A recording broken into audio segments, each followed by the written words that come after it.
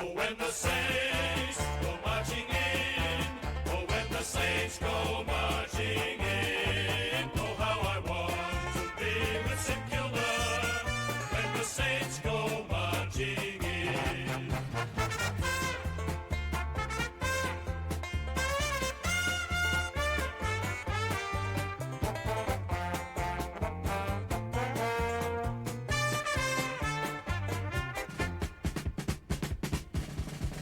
Oh, when the Saints go marching in. Oh, when the Saints go marching in. Oh, how I want to be with St Kilda when the Saints go marching in.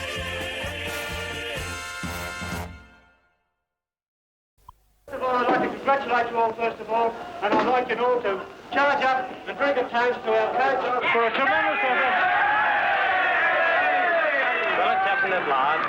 I always thought if we tried hard enough, long enough, it would eventually come. It has happened. It's a wonderful thing. I neither have the talent nor the ability to really express my feelings, but wherever you boys ever go or whatever happens to you, I'll always remember you for this wonderful moment you gave me.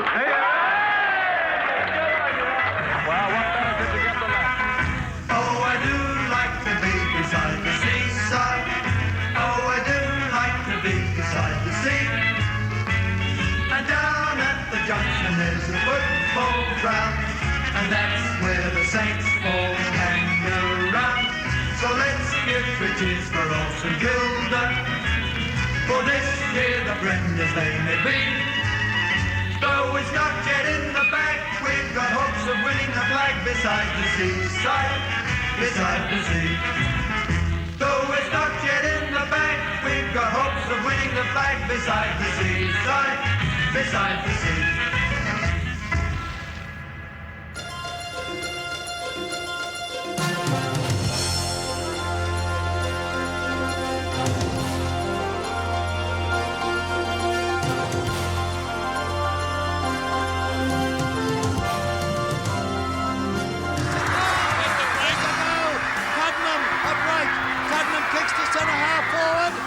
Themselves and a mark for Bob Murray.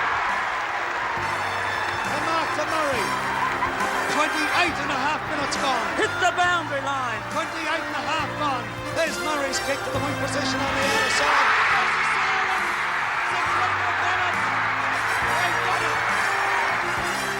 From that final siren in 1966, things would never quite be the same again for the St Kilda Football Club. Of 8 foundation members of the VFL in 1897, the Saints had travelled the rockiest road, had known the least success, and were the last to win a flag. It had taken 69 years. The club had produced a dazzling array of football talent, a stream of champion players, but poor administration, constant infighting and division had taken a terrible toll. In 1961, the committee decided to name former player Alan Jeans as coach. A split decision even then, the margin his way, a solitary vote. This was to be the beginning of the most successful era in the Saints' history. This was the Jeans era. What happened in 1961 was my first year as coach, and you know, there was a lot of queries about me getting the job, and you know, and people didn't believe that I was ready or ever would be ready to take on such an important position in a club. And because you know the history of St Kilda Football Club, they turned over a lot of coaches over a long period of time. But anyway, in 61 we were fortunate enough to make the finals. It was the first time since 1939, and I think it did give me a bit of credibility, and then it allowed me to be put on a longer-term contract. It was probably hard for Jeansy because what happened, we had Alan Killigrew in at the start of my career in '57, and then Jimmy Francis took over in '59-60.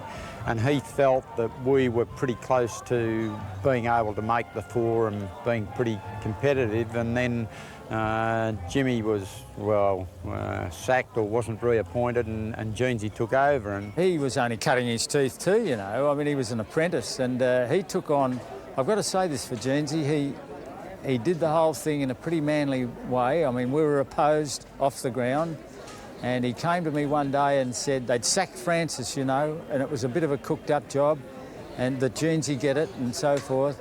But he came to my house, and I'd never been there before, and he said, I want your assistance, I want your backing, I'm going to coach the team. And I said, oh, come back another day, I've still got the taste of Jim Francis in my mouth. And he did come back, and he persevered, and he was sort of one of the boys, but he developed as a coach. We didn't really see it at the Junction, but I think we certainly saw it at Moorabbin. And I think in the early days it was probably hard for Jönsey because there were probably better players playing there that he was now telling them what to do, and he had to sort of feel his way. By his own admission, Jeans was an honest player without rising to levels of greatness. Recruited from Finley in New South Wales, he played the first of his 77 games in 1955 and by 1959 was vice-captain to Neil Roberts. This is the only known footage of Jeans in action, playing against Richmond at the Punt Road ground in 1958. Ironically, a young tiger named Tommy Hafey would be one of his opponents. In the decades ahead, they would become two of the game's most astute coaches. There's a chance for Mackenzie. Mackenzie can't do any good with it. Jeans handballs across. Jeans in possession, takes a handball from Minahan.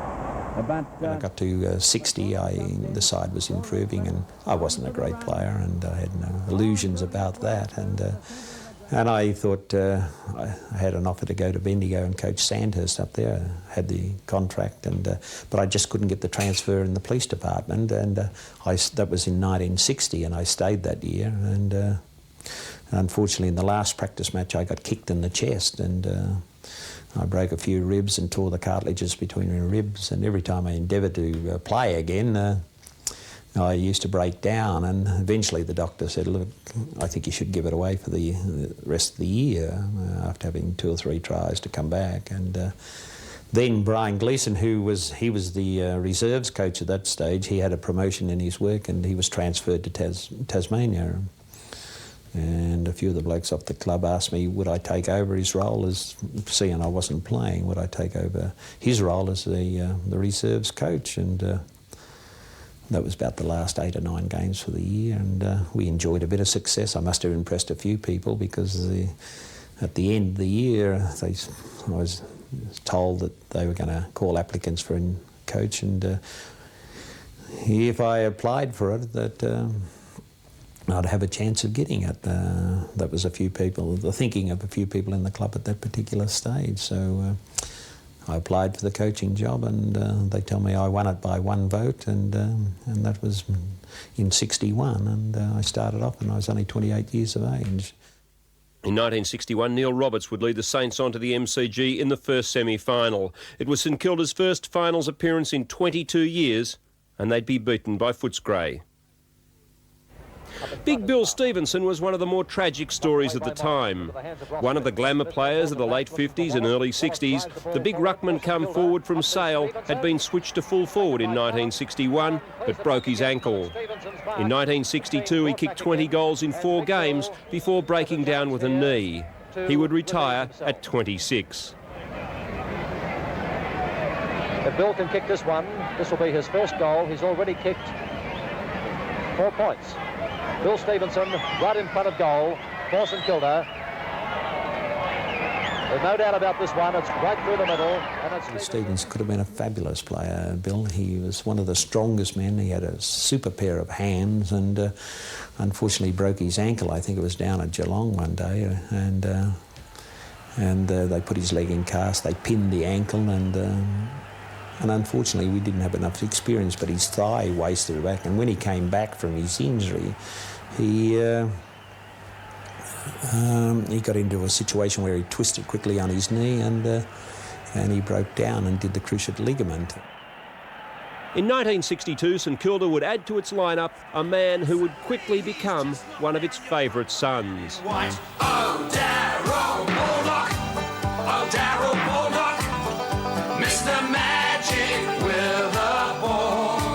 Well, he could spin to the left inside you. He could blind turn back to the right. As hard to catch as Ronnie Biggs, like a hummingbird in flight. Now no one ever touched him or caught him with the ball. They sought him here, they sought him there, but he was never there at all. Oh, shoulder down, elbow out, you've got the dot right in your sights. Then suddenly he's just not there and you found the man in white. Darryl was just a fabulous player, fabulous person, came at the right time, and, you know, I think he's one of the best players that I ever had the fortune. I've never named the best player I ever coached because I don't see why I should top-note myself with one player and fall out with the rest. Baldock had replaced Brownlow medallist Neil Roberts as captain. The former skipper, though, wanted to play on. I wanted to play on. I was only 29, but I had a university course to go to. I also had Casey and Richards out in the car wanting me to go on Channel 7. And I said, Alan, I'm burning to keep going. I want to keep going. And I rue the day now. I said, look, do you think we could, if I could sort of get a rest away from centre-half back and I could perhaps be a forward for you? It was working, you know. And he said, oh, don't bother.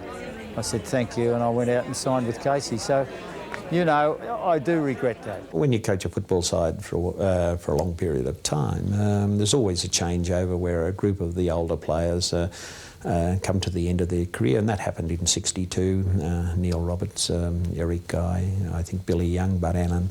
These are the players who served the club extremely well during the 50s.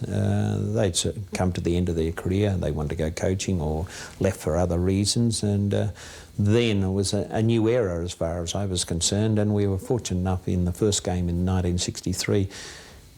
It was against Melbourne, I think, the first game. We introduced 4 new players, and that was Ian Stewart, Carl Ditterich, Bob Murray, and a person by the name of Jim Wallace, who was a ruckman. He came from 𝚡, and these was the nucleus of a new side as far as we were concerned, and they were the blokes that we actually started to build the new side up with Baldock there. 18 years later, in 1981, when he was inducted in Channel 7's Television Football Hall of Fame, Stewart, the current coach of South Melbourne, was asked about that debut. Ian, I think from memory, your first game with St Kilda, another youngster joined the Saints and played that day by the name of Carl Ditterich.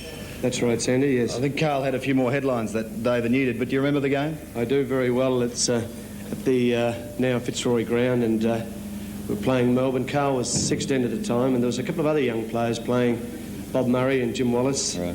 The guy that used to fly down from 𝚡 in those days, his own plane.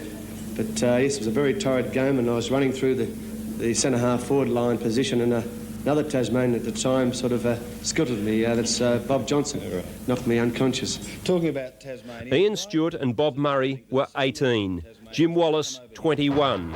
But the one man everyone was talking about was a bounding, blonde 17-year-old from East Brighton named Carl Ditterich. Ruckman named Carl Ditterich. This match against Footscray was only his 10th, and the schoolboy made his presence felt.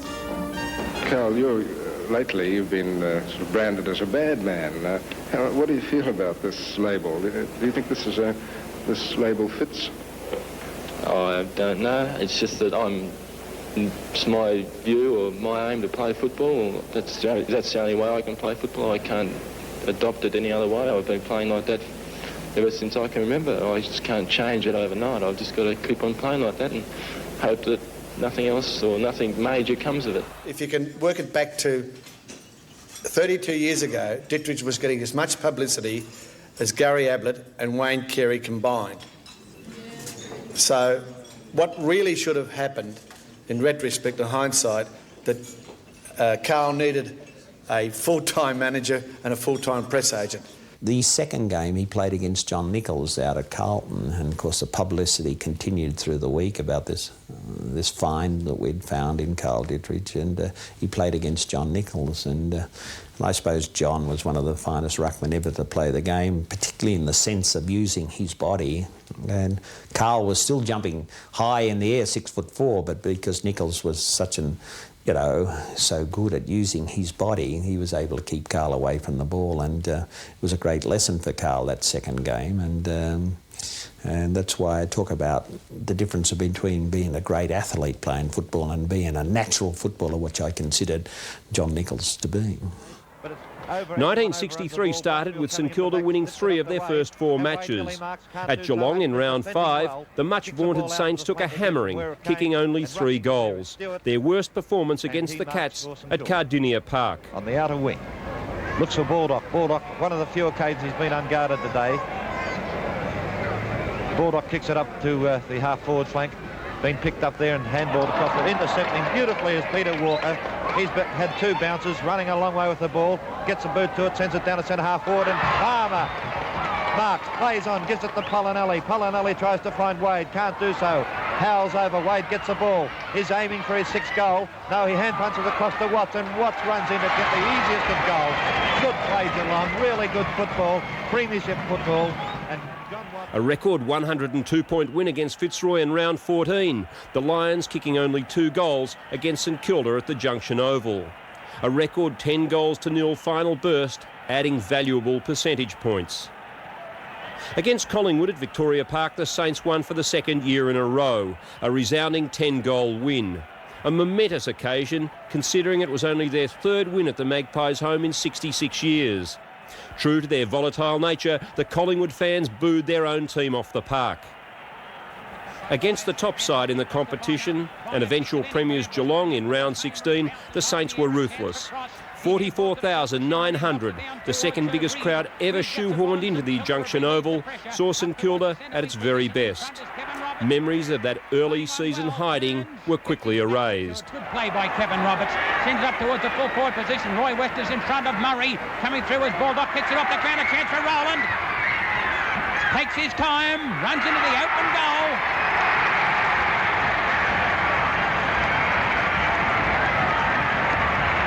It's Rowland's 3rd goal.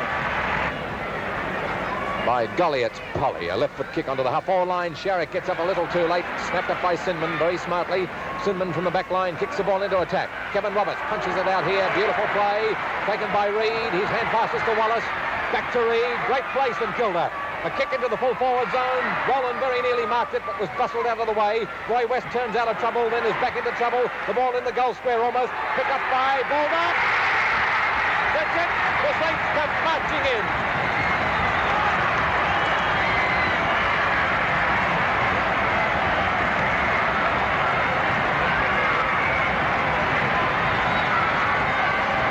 There's hysteria on this side of the ground where all the St Kilda supporters are. They were cheering so loudly our camera was nearly shattered. In 1963, the finals race came down to the final round. Essendon were in 4th spot by a percentage whisker over St Kilda 5th. The Bombers beat Collingwood by 27 points at Windy Hill, but it wouldn't be enough. St Kilda were in a savage mood in the do-or-die struggle against North Melbourne. A 9-goal last quarter gave them their 13th win for the season, their most since 1939, and enough percentage to push the reigning premiers Essendon out of the finals. In the semi-final the next week against Melbourne, who were without suspended skipper Ron Barassi, the Saints lost by 7 points. The Saints had gone in with Baldock and Stewart under an injury cloud and gambled on Stevenson's injured knee. For the team, no, it wasn't the right thing, but I was able to put it across that I was okay and running a straight line, of course, and then, of course, the game finds you out. And I was never right at that time, no. Well, as a position... The biggest stars of the period were undoubtedly the flamboyant and controversial Ditterich and the brilliant Tasmanian Stewart and Baldock. The Doc finishing runner-up in the Brownlow medal to Bobby Skilton. We all knew just how good they were. I played next to Stewie for 5 years and he was a sensational player. He never gave in. He had skills that I'd never seen before. He could mark, he could kick both feet. And in those days there were very few players who could kick properly both feet. Probably Bob Skilton and Ian Stewart were about it. And Baldock was miraculous. He had the ball on a string. He could keep the ball in front of him no matter what pressure he was under, and he got a lot of pressure from full backs. You know, I marvel at the pressure he took and the punishment he took, and still kept going. The side was verging on greatness. Every line boasted fine players. There were headline grabbers and superstars. But St Kilda boasted wonderful depth and players with passion. There were none finer than lion-hearted ruckman Alan Morrow. In 1995, in St Kilda historian Russell Holmesby's book Heroes with Halos, he was ranked number 8 on a list of St Kilda's all-time greats. Alan Morrow possibly was one of the best tap ruckmen that I've come across. I've just been having a talk to Alan and having a drink with him. And he would only be 2 inches taller than me. And his leap was phenomenal. He had great ball sense. He knew what he was doing with the ball. And I think if you look at the pre-season games now, you'll understand that the palming of the ball is coming back in. And I think Morrow he was a fantastic player, no doubt. Verdon Howell had lost the 1959 Brownlow medal on countback to Bobby Skilton. He would have to wait 30 years for the medal to be awarded to him retrospectively. Over 159 games, the slightly built but beautifully balanced 5'10" Howell would play with distinction at fullback and full forward. I've always thought that some of his marks and his runs were fantastic. If I can use the comparison that maybe Verdon always reminded me of Rudolf Nureyev in Swan Lake. That's the way he played his football. On the field, Jeans was building the nucleus of a great side. Off the field, the administration that had been plagued with troubles for decades was operating smoothly, one step ahead of the rest of the competition. Moves were afoot to leave the Junction Oval. St Kilda had realised the untapped potential of the southeastern suburbs of Melbourne and were keen to take control of the rich vein of footballers on the Mornington Peninsula. The Moorabbin ground had become available. The move was on. Veterans like former captain and coach 𝙲𝙷𝙰𝙽𝙽 were aghast at the move. He promptly resigned from the committee in protest. Some 30 years later, Harold Bray still rues the move. I thought that was a great ground.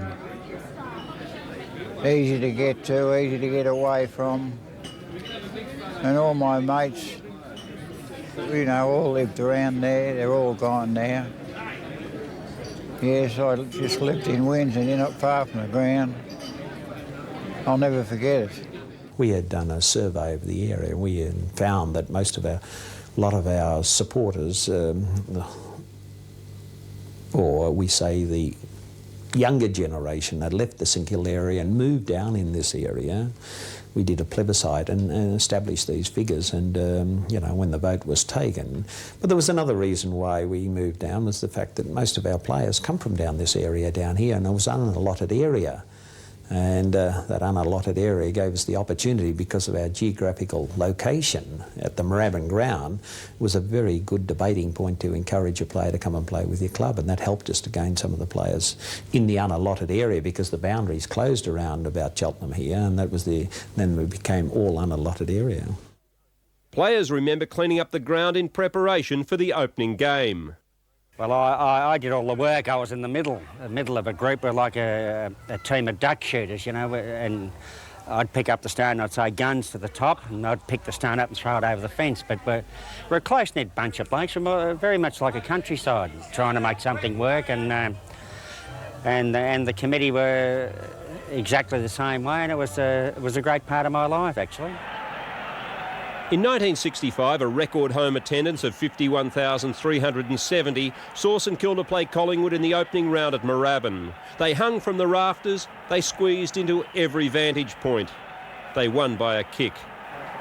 St Kilda would finish on top of the ladder in 1965 for the only time in the club's history, and Ian Stewart would win the Brownlow medal on countback from North's Noel Teesdale, with Baldock 2 votes behind in outright third place. Baldock, incidentally, was St Kilda's best and fairest and leading goal kicker. Stewie had courage, balance and skill, coupled with marking prowess and an ability to extricate himself from trouble. Umpire official letting it go. Eventually it's Mackenzie who boots it back into the centre of the ground. And Stewart, no sooner said than done. Griffiths gets the left foot into the centre. Benton and Stewart fly for it. Thrown in St Kilda's forward pocket. Up they go. The ball comes down to Stewart, who snaps away with the right foot, and it's going to be close. He's put it through. Back flank on the stand side, the players set themselves and Stewart goes a mile and pulls down a good one. Tuddenham puts his boot into it, in towards the centre, and Stewart, his opposing number one. St Kilda won the second semi-final by a solitary point over Collingwood and faced Essendon for the chance to create history. Overwhelmed by the occasion and the big match pressure, the Saints were no match for the Bombers, losing by 6 goals. A lack of experience, as I said. We hadn't been in a grand final since 1913, and who'd I have to go to speak to? I had nobody to guide me through it, and we made errors. I can remember some of the mistakes we made on that particular night. Players were going out to the airport, picking up their parents from interstate and staying at their place and then trying to get them to the ground. I think we lost focus in relation to what we had to achieve. It never happened again. We brought the people ashore from interstate, but we put them into motels, their parents. We arranged for them to go to the ground and their tickets and all that, so the players could just focus on the game itself. And well, in '65, Morrow came off the ground very early on that particular day, plus our lack of experience and how to think. Everything just fell into place, finishing on top of the ladder. We just thought it was a natural progression to go on and win the premiership. '65 was the year that I thought we could have won it. And unfortunately, or fortunately, we beat Collingwood in the second semi-final, went straight through to the grand final. So we were there. And then unfortunately in that match I got hurt in the first 5 minutes, and I thought, well, there's my chance of a premiership gone. And at that stage the side was leading probably by 3 goals, but then Essendon, who'd come from 4th position, played pretty good football and rolled us. One of the biggest matches of the 1966 season was the clash between St Kilda and Collingwood at Victoria Park. Stewart and Baldock were back from the ANFC Carnival in Hobart. The Saints were first on the ladder, 8 wins and 1 loss. Collingwood trailing in second spot on percentage only. 37,000 at Victoria Park saw Wayne Richardson with 6 goals almost single-handedly outscore the Saints. And it's gone across. We'll have to wait and see. It's a goal. I got no idea who kicked it. Collingwood by 12 goals, and it would be that win that separated them as the top 2 teams after 18 rounds. He's only been on the field a couple of minutes. A poor kick. Is that Wallace? Yes. Wallace has taken the mark, and a chance for him to score his 3rd goal, and Collingwood 16. It would make their total 109 to St Kilda's 37. A debacle for St Kilda.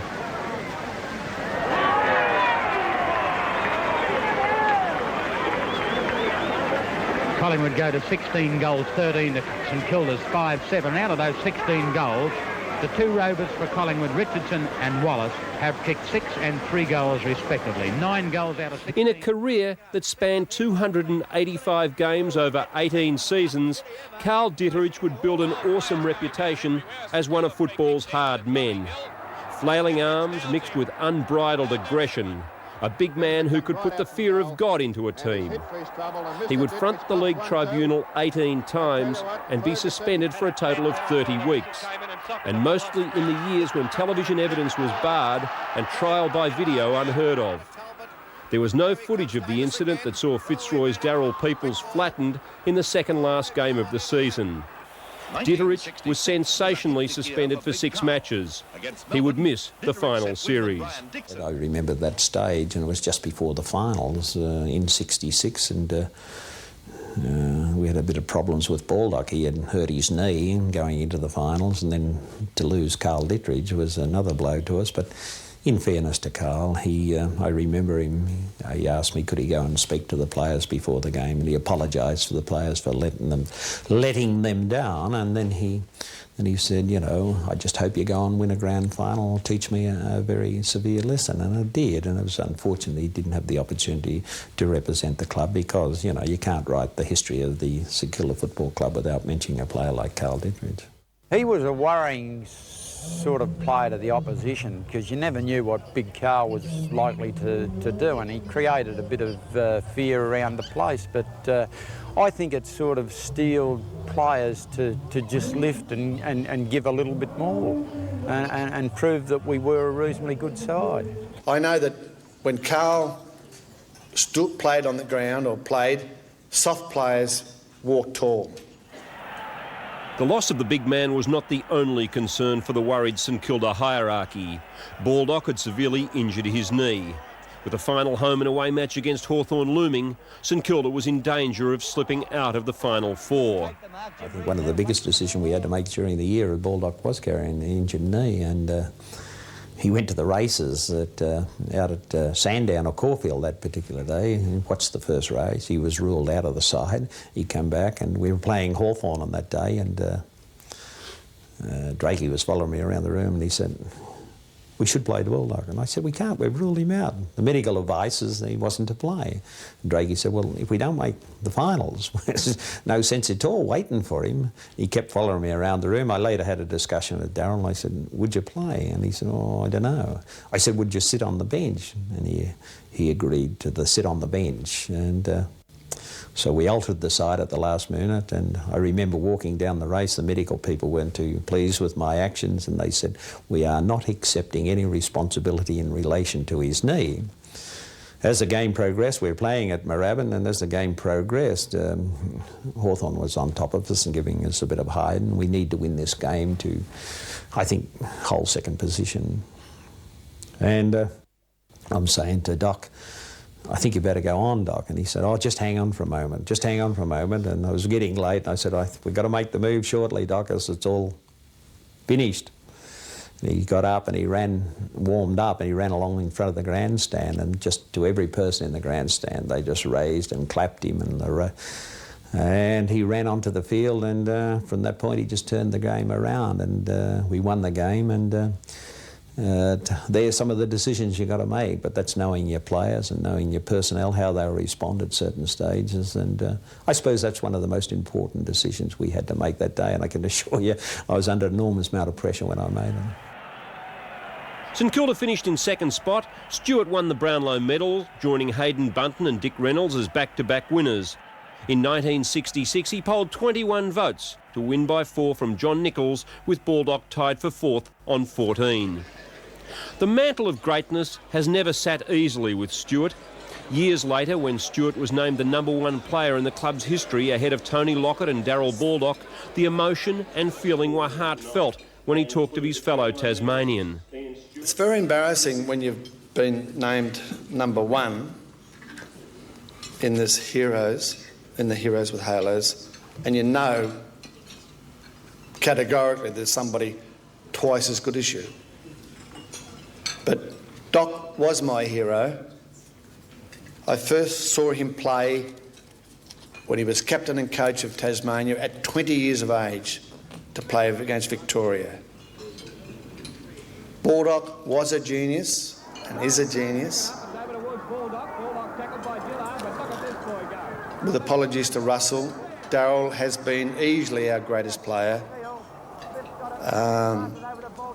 To watch him play, to play in front of him, he was unbelievable. I'm sorry to hear that he's not well, but Darryl was or is, all of us that have seen him play, he was a magnificent player and a great captain. And as I think Alan said, or somebody said, that when Darryl played, well, we won. Baldock's moment in history was nearing. For the second semi-final, skipper Baldock was ready to resume his full-time duties. His knee passed fit, while Deputy Verdon Howell had recovered from a broken jaw he'd copped against Carlton.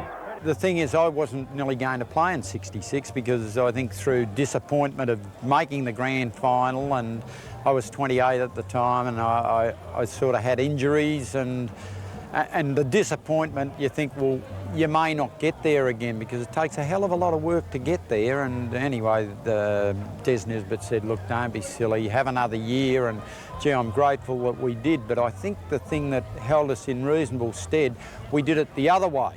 We got beaten by Collingwood in the second semi-final, and that was a very small margin. And then we played Essendon in the prelim final, and of course it was a bit damp that day, and I always thought we were a better wet weather side, and we walloped them. At the age of 24, Ross Oakley's football career ended in the second semi-final. After 62 games, crippling knee injuries had cost him a place in successive grand finals.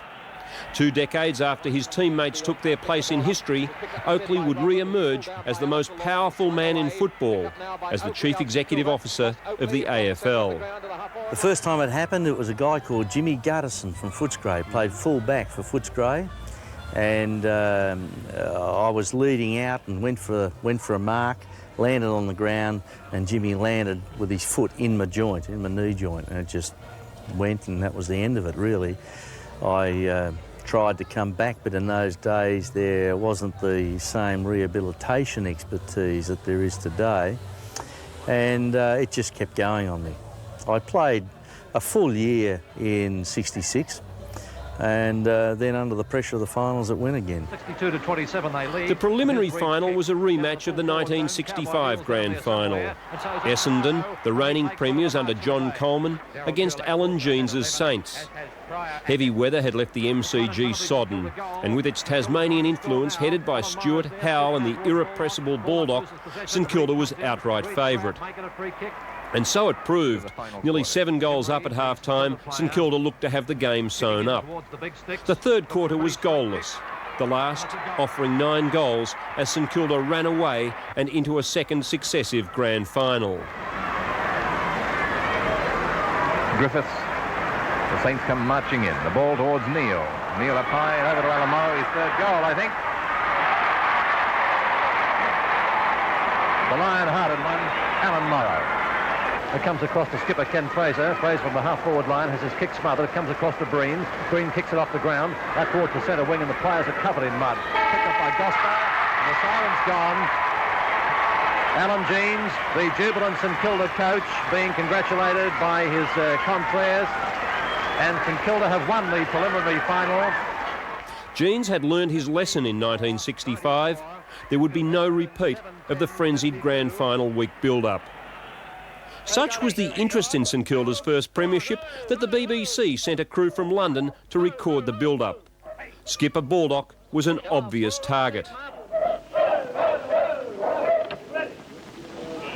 I like to come up here because it gives you a tremendous, from a football point of view, relaxation that, especially in the city, right through a football season, that the tension and the pressure that's applied upon you, more so this last week because of the final series and the big match, of course, coming up on Saturday. And I find here that the open country, no one virtually knows you, and you can certainly relax and really enjoy life. I suppose there's no place like Melbourne, in Australia certainly, that has this fanatical atmosphere or approach to a league football match. Full marks for acting had to go to Brian Sierakowski. He had the film crew out on Port Phillip Bay as he prepared with a dash of water skiing. Even in the interviews, the laid-back Sierra was content to have the cigarette dangling from the right hand. He would be classed as, well, say in England, your greatest soccer player. Well, Daryl Baldock out here is what we call Mr. Magic. He seems to be able to control the ball like it's on a yo-yo. The final training run at Moorabbin was drama-packed. Unbeknown to bystanders, Baldock aggravated his knee injury. Jeans called off training and called everyone inside.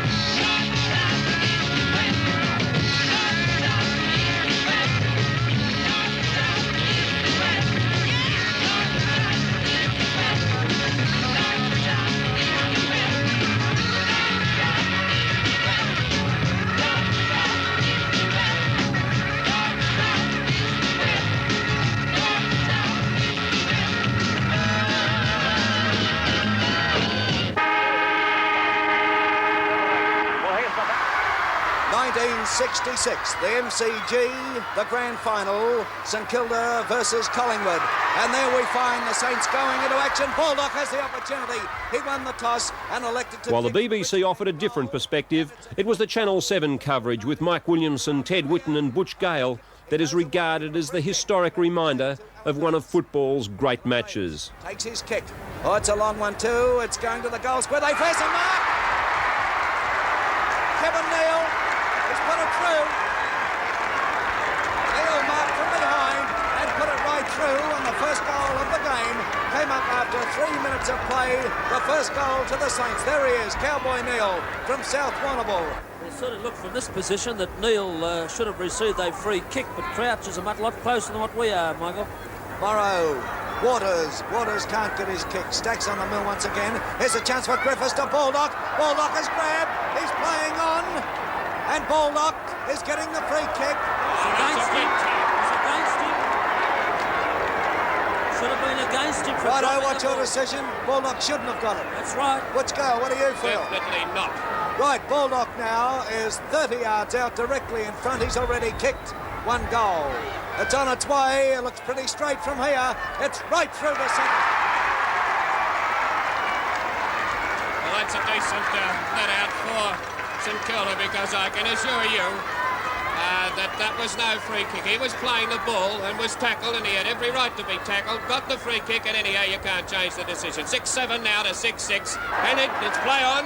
Over to Reid. Reid in trouble. Picked up by Patterson. He goes through with the left foot, kicks into the centre. Oh, a chance for Hutchison. He couldn't hold it. It's Stewart now playing the ball along the ground. Goes round on the left foot. Oh! Tuddenham just about took him. And a good mark to Cooper. Oh, boy, was Stewart lucky then. Gee, Cooper was going to play off then too. Butch, did you notice him with the ball out on the outstretched palm of his hand? Yeah. Will he get the distance? He's a good long way out. Oh, it's a mighty kick. It's a beauty, I'll tell you what. Three-quarter time, St Kilda 4 points up. Jeans with one last chance to fire up his men. 25 minutes to make a name for yourself like you never made before.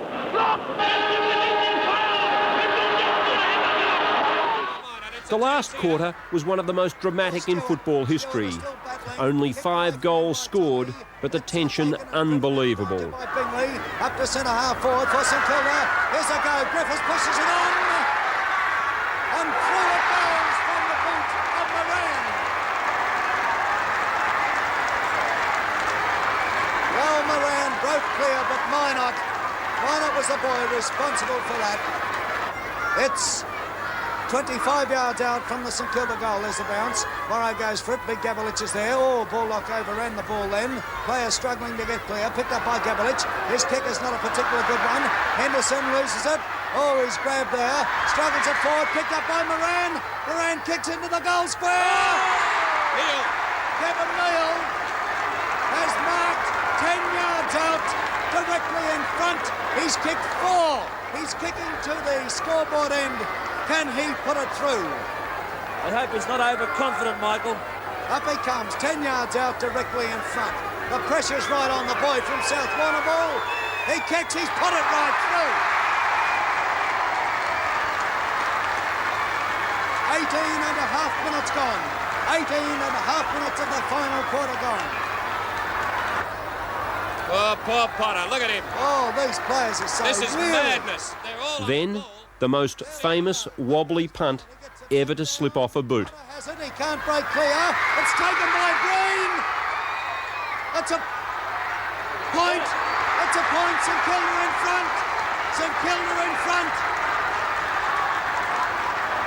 How long have they been playing, Mike? They have been playing. If my hand will stop shaking, I can see the watch. 27 and a half minutes. 27 and a half minutes. There's the kick out. Up they go. They'll be able to break clear. Across it goes here towards Hill. Hill tries a hand pass to Henderson.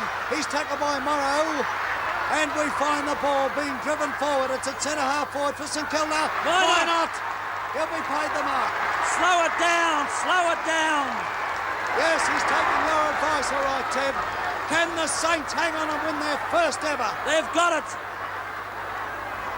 Oh, golly me. Why not with the ball now? Comes up.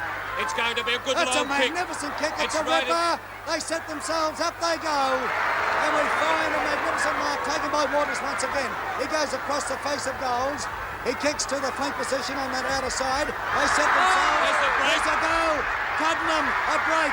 Tuddenham kicks to centre half forward. They set themselves. And a mark to Bob Murray. A mark to Murray. 28 and a half minutes gone. Hit the boundary line. 28 and a half gone. There's Murray's kick to the wing position on the outer side. There's a siren. St Kilda have got it. They've got it. Look at this. Look at Alan James. Alan James. Oh, what an emotional scene this is. An emotional scene. Alan James. Look at him. Bobby Rose, look at Bobby Rose, a great sportsman coming over to congratulate him. There were tales of disappointment. In the stands, the suspended Ditterich, flanked by the injured Oakley and the veteran Doggy Rowland, who'd been omitted. At the end of the game, we could see the result, and we raced down through the rooms and onto the ground. So we did experience some of the pleasure, but it's not quite like being out there. My memories were a great disappointment, Stephen, because I was the one that got dropped. And I played all year, and I missed out that day. And you sat in the stand with Oakley and Ditterich? And sat beside Carl Ditterich that day, yeah. But it was a great day for the club. I played in the 65 grand final. Unfortunately missed the 66 one, but that's how things went in those days. Baldock and Tuddenham on the podium. Jumpers exchanged. The dock in the enemy, black and white. The last time the league would allow such sentiment. It wasn't a great game of footy, and I've seen the footage since, but it was hard and close, and we were able to hang in there, and lucky for Bruni's point. But there's, a lot of blokes had worked hard for it, and I think they deserved it. Yes, it was a very emotional time for everybody concerned, and here came the day that we thought would never ever happen, and to see so many people so happy. I mean, the rooms were packed. I don't know who was on the door, but he didn't do a very good job. By the time we got in there, those women and the players' wives and girlfriends, and there was just a moment of exhilaration and jubilation, and it's always difficult when the moment happens and you're fortunate enough to be a part of it. It was always difficult to find the right words to say at that stage to cover the situation. I don't think any person can really express themselves the way that to fit such a great moment in the history of the club. The Baldock jumper, by the way, finally found its way back to Moorabbin, kindly donated by Des Tuddenham through an intermediary.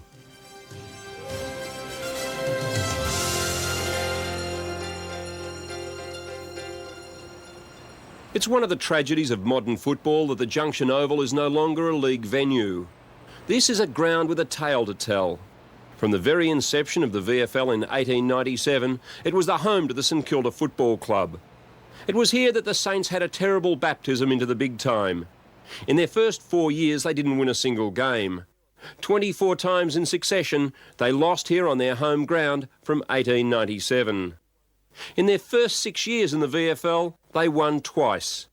So bad were they that a local magistrate once told a prisoner he could stay in jail until St Kilda won its next game. A virtual life sentence.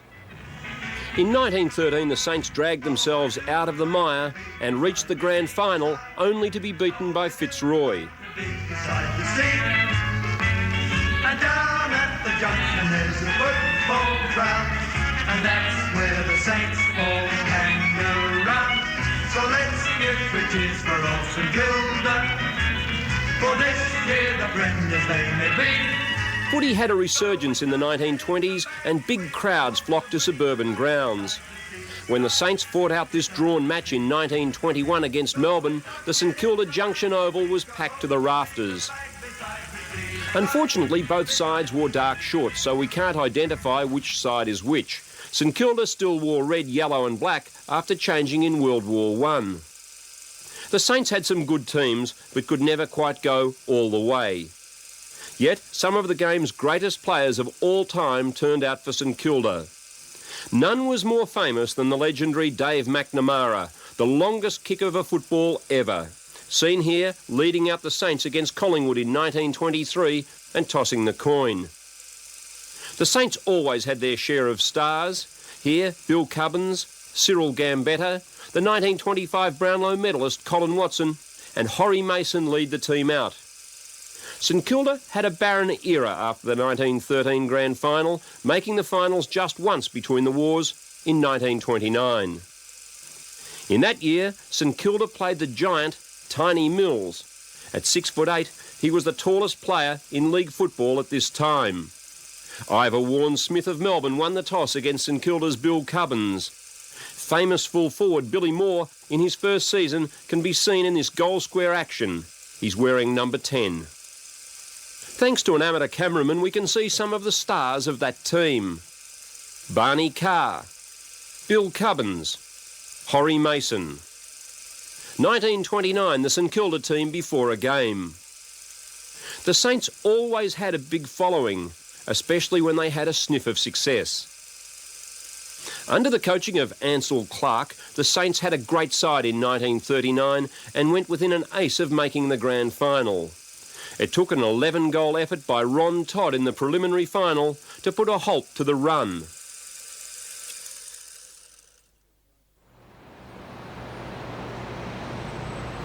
It seemed a strange place to discuss the long, painful and relentless struggle St Kilda endured in the post-war years.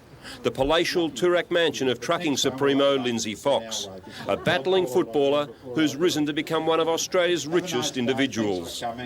More than 100 past players, all with a story to tell. Let's meet 11 of them who endured those wilderness years between the 39 finals and the return to the MCG under Alan Jeans in 1961. Sam Snell joined St Kilda from Baruga in 1936 and 3 years later was a member of the Victorian team and in St Kilda's final sides. We were so excited. We were one of the very few St Kilda players that had ever played in a semi-final or final. And, you know, that went on for a few years after too. A member of St Kilda's final sides of 1939, Clary Vontom would go on and captain the club in late 1944 and 45. My admittance to the experience of league football was delayed year after year because I'd been playing amateur football with Collegians, which is the old boys team of Wesley College. And because I was outstanding in that field and had won the A section cup there, I was a bit loath to leave there and risk playing in a higher grade competition because at heart I didn't really think I was good enough. Keith Rosewarne lived out his childhood dream of wearing Bill Moore's number 10 as a member of St Kilda teams for 6 years in the post-war period. Over 92 games, the lightweight rover would rise to become a member of Victoria's carnival team in 1947. Mum died when I was only 5 and I was during the Depression and I didn't know where my father was. And I used to kick a paper footy like a lot of blokes did in their, you know, in their early life. And the main thing about doing this, I used to have to do it all on my own. But I kicked these paper footies, I was never on a laneway. And then we formed at the back of the Luna Park, the Peanut Farm, we formed a club which wasn't affiliated with the senior side. They were called the St Kilda Thirds. And they were a group of players like Jimmy Ross and Desi Pickett and a few others. Neil Mann played for Collingwood. We formed the St Kilda third side, and I was captain of that side at the age of 16. By the time that the war started, I wasn't old enough to go to the Middle East, and in 1942 I was old enough to go in the army, served in New Guinea and Borneo. When I come back, I trained at the Ross Gregory Oval, and then I didn't think I'd ever, when I saw blokes like Roy Fountain, Reg Garvin, these blokes were only 6 foot ruckmen, they were enormous as far as I was concerned. I was picked in the first 18 in my first year and won the best and fairest in my first year. Harold Bray, like Geelong's Ǩʟɪᴏ Greaves, was runner-up in 3 Brownlow medals. He recalls the St Kilda that won 44 of 211 games between 1941 and 52 and won the wooden spoon 4 times. I played under 8 coaches here in my period. Never heard a word they said. You'd see me out in the toilet, or if I had anything to eat before I played, I'd bring it up on the ground. Harold, when you go back three times you came runner-up in the Brownlow medal, was the Brownlow medal as big a deal in the late 40s and early 50s as it is today? Yes. Oh yes, I could have won 3, except I missed 2 games each time. In my last year I won 2nd, and I retired in 52. I can't realise it, damn 45 years ago this year. The older you get, the quicker the time goes. Alan Killigrew played only 78 games for St Kilda, was a member of its 1939 finals campaign and the club champion in 1940. But it was as a coach around the country that he instilled his passion for the game, his love of the Guernsey, his fierce desire and his hot gospeling. People have got to believe in themselves, believe in their cause.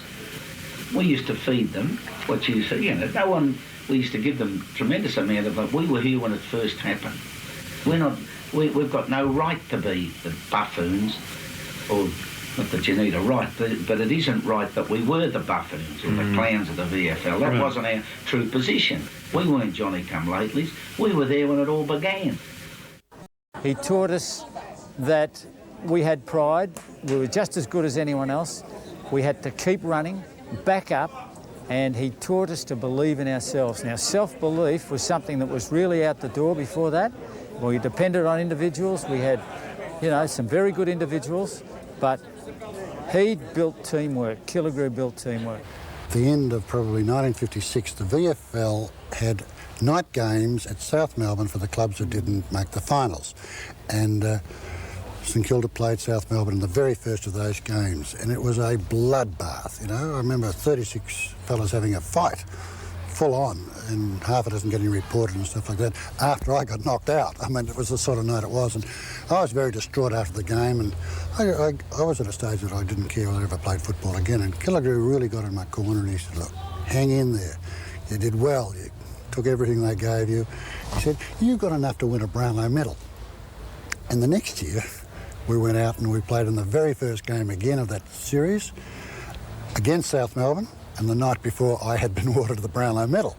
In 1957, Sinner captained the under-19s to a flag. Over the next 3 years, he played only 4 games. A member of the 1965 and 66 grand final sides, he has vivid memories of the Killigrew impact.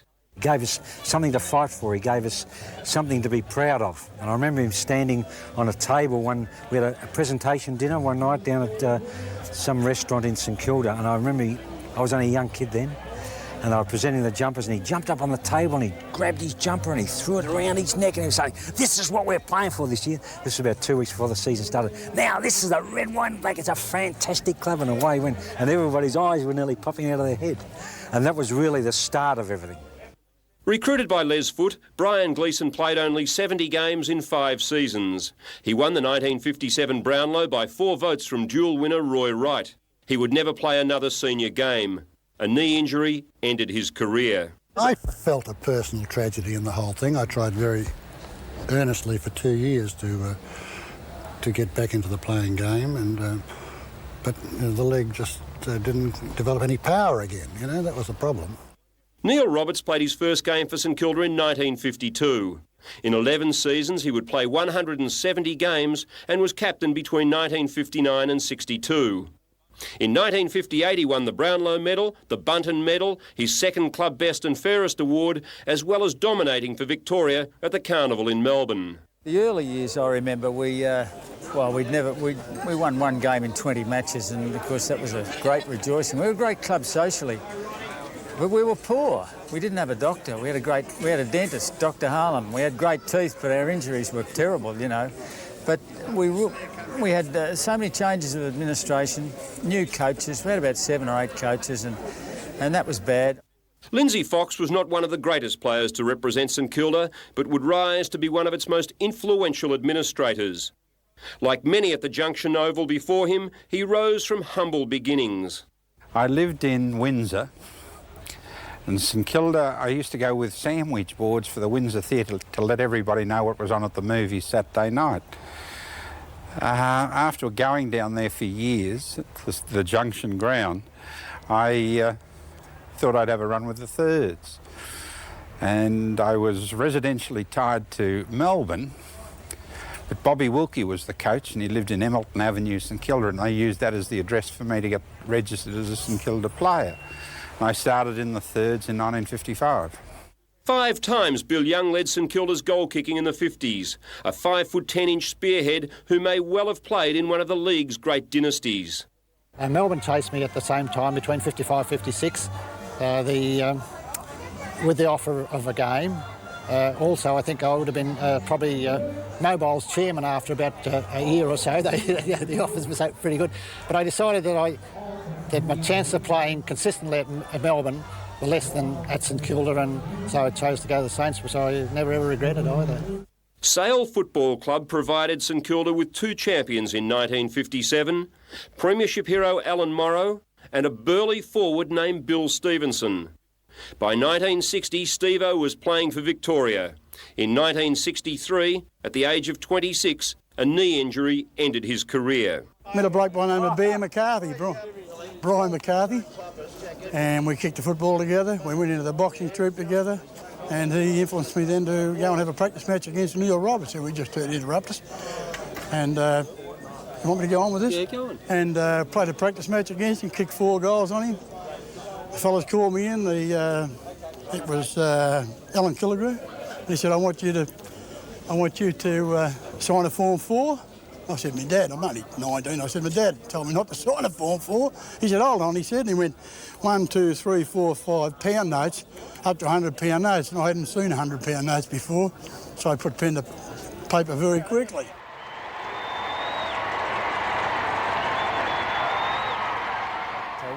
I feel he could have won more, and I think a lot of people do feel that way too. But I like Jeans's coaching. I like what he does. He depends on the back 6. He sews it up first, makes it solid, and then he goes. And he's a physical coach, and that's what I liked about him. Hit the body and the brain will die, and that's what he lived by. If everything went St Kilda's way in 1966, then 1967 was a nightmare. Ditterich was called up for national service, Stewart was sidelined after being involved in a car accident, and Ian Cooper was selected for Victoria only to withdraw after contracting rheumatic fever. Then there was the round 5 match against Carlton at Moorabbin. Just before half-time, Fred Farrell, the famous St Kilda timekeeper, resorted to an old handheld bell to signal half-time after the siren failed. As the crowd roared to field umpire Jeff Crouch to halt proceedings, John Gill of Carlton kicked a goal. 5 points up at the break, it would be the final margin. The first of 4 straight losses, then 7 straight wins culminating in this 63-point victory over Hawthorn at Moorabbin. Knocked away by Dunshea. Dunshea loses the run of it, and it's Ross Smith in the play now, picking the ball up and cleverly getting out of trouble. Beautifully gives it across to Kevin Roberts, and there's a long kick by Roberts. It's a great kick, and it's a goal. That's Poole.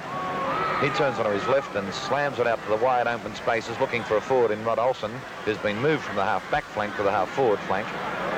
Darryl Griffiths wins out against his opposition, number 25, punches it about 20 yards downfield. And that's Angus falling over. He couldn't get his kick.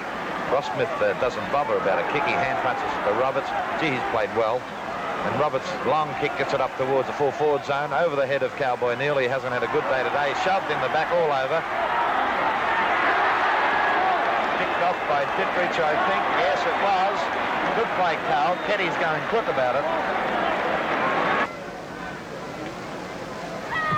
The drop kick. It's not a bad kick either. Up to where the big men are, and Bobby Murray's in front of them, and he can get off the ground like a spring heel jack to take a good mark. The last 2 years, Bob Murray's really developed and would probably be the best fullback in the league, I'd say, at the moment. Here's Truck. There's another good player St Kilda have picked up this year too, believe you me. Beautifully balked then, as I mentioned him. He gets the ball up to the half-forward line. Bremner comes out. You've got to go behind the ball. An easy one for Breen.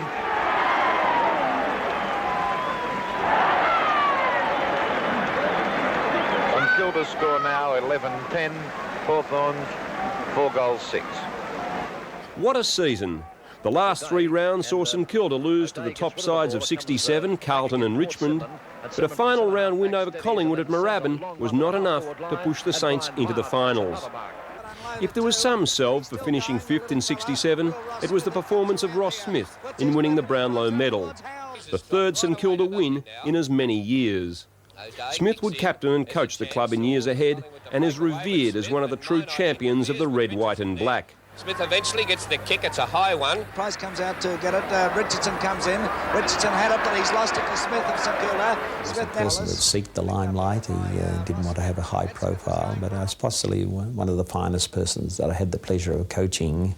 He was a very talented little player. He mightn't have been as polished as some of the great rovers, but he was a desperate player. He had enormous courage, and he was a great leader in the club, and his quiet manner. And no, Rossi's possibly the finest person that I had the pleasure of coaching.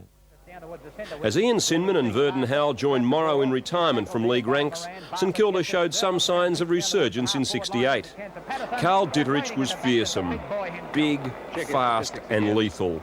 Against the reigning premiers Richmond at Moorabbin during the season, he amassed the merest of 29 kicks and 16 marks in a performance that prompted Tom Hafey to describe him as a 6'5" rover. 19th kick for the game. They're kicking to centre half forward. Moore was up high, but Ditterich up higher than him. Oh, Sprang came out of the air, pushed the player out of the road with his open hand, and that's quite legitimate. And there's Big Carl. 68 would be Baldock's final season with the club. He was 30 years old and played 119 games, kicking 236 goals. The Brownlow medal was the only football honour to have eluded him. Premiership captain, Victorian captain, All-Australian captain, triple best and fairest, 4 times leading goal kicker and winner of numerous media awards. His deputy of 6 years, Verdon Howell, would retire too after 159 games, 9 interstate games, the best and fairest in 1959. But Howell would have to wait until the late 80s before he collected his long overdue Brownlow at a presentation of retrospective awards to those who'd tied for the medal.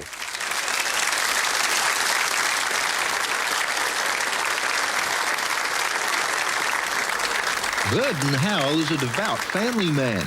Most of his time is spent with his grandchildren, and if they had their way, more of their time would be spent with Pa. Verdon and Lorraine Howell have 4 daughters and 4 grandchildren. 2 of the daughters, Leonie and Charlene, live in Tasmania, and for years Leonie had felt her father should have received a Brownlow medal when he tied with Bobby Skilton in 1959 and took the matter into her own hands. I'd written several letters, and I'd been on talkback radio here in Tassie. They phoned me from Hobart and a few things like that, and written to various people, and most I got very favourable response from it. And it was, I think it was Collingwood's bit of effort that pushed it in. That was all behind Dad's back.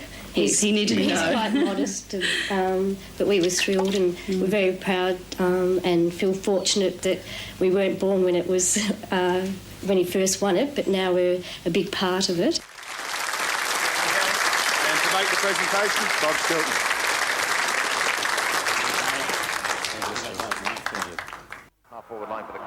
In 1968, St Kilda would introduce the youth and vigour of players like Gary Colling, John Manzie, John Lilly and John O'Donnell. From north came the Pascoe brothers, Big Bob and Ruck Rover Barry. The Saints would run hot, win 7 of the first 8 games. They annihilated Collingwood at Victoria Park.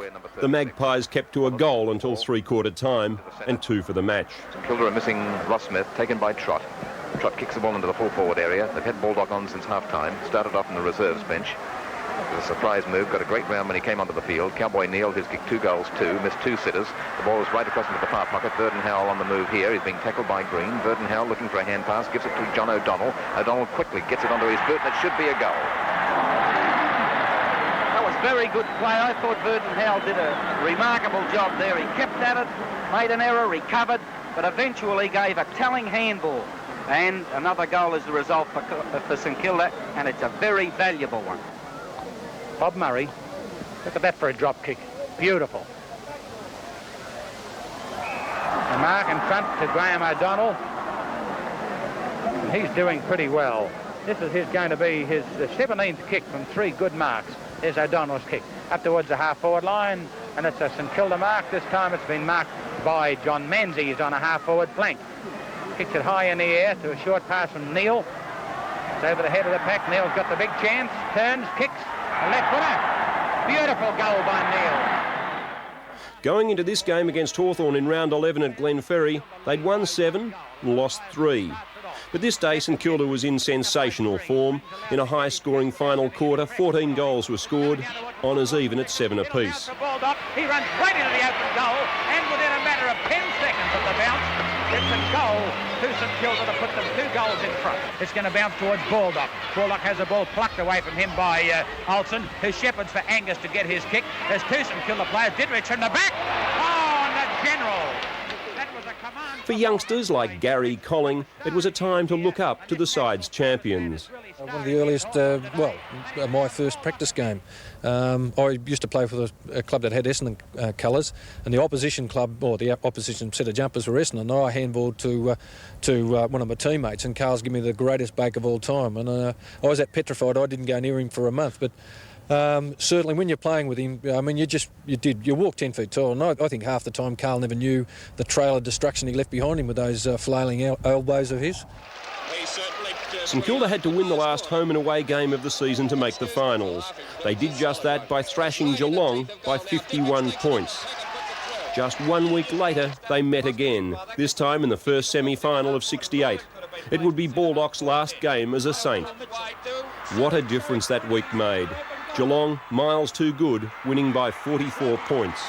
A 95-point turnaround in 7 days. Came in to fill the full forward position. A pick up here, sends the ball forward, and it looks like Baldock.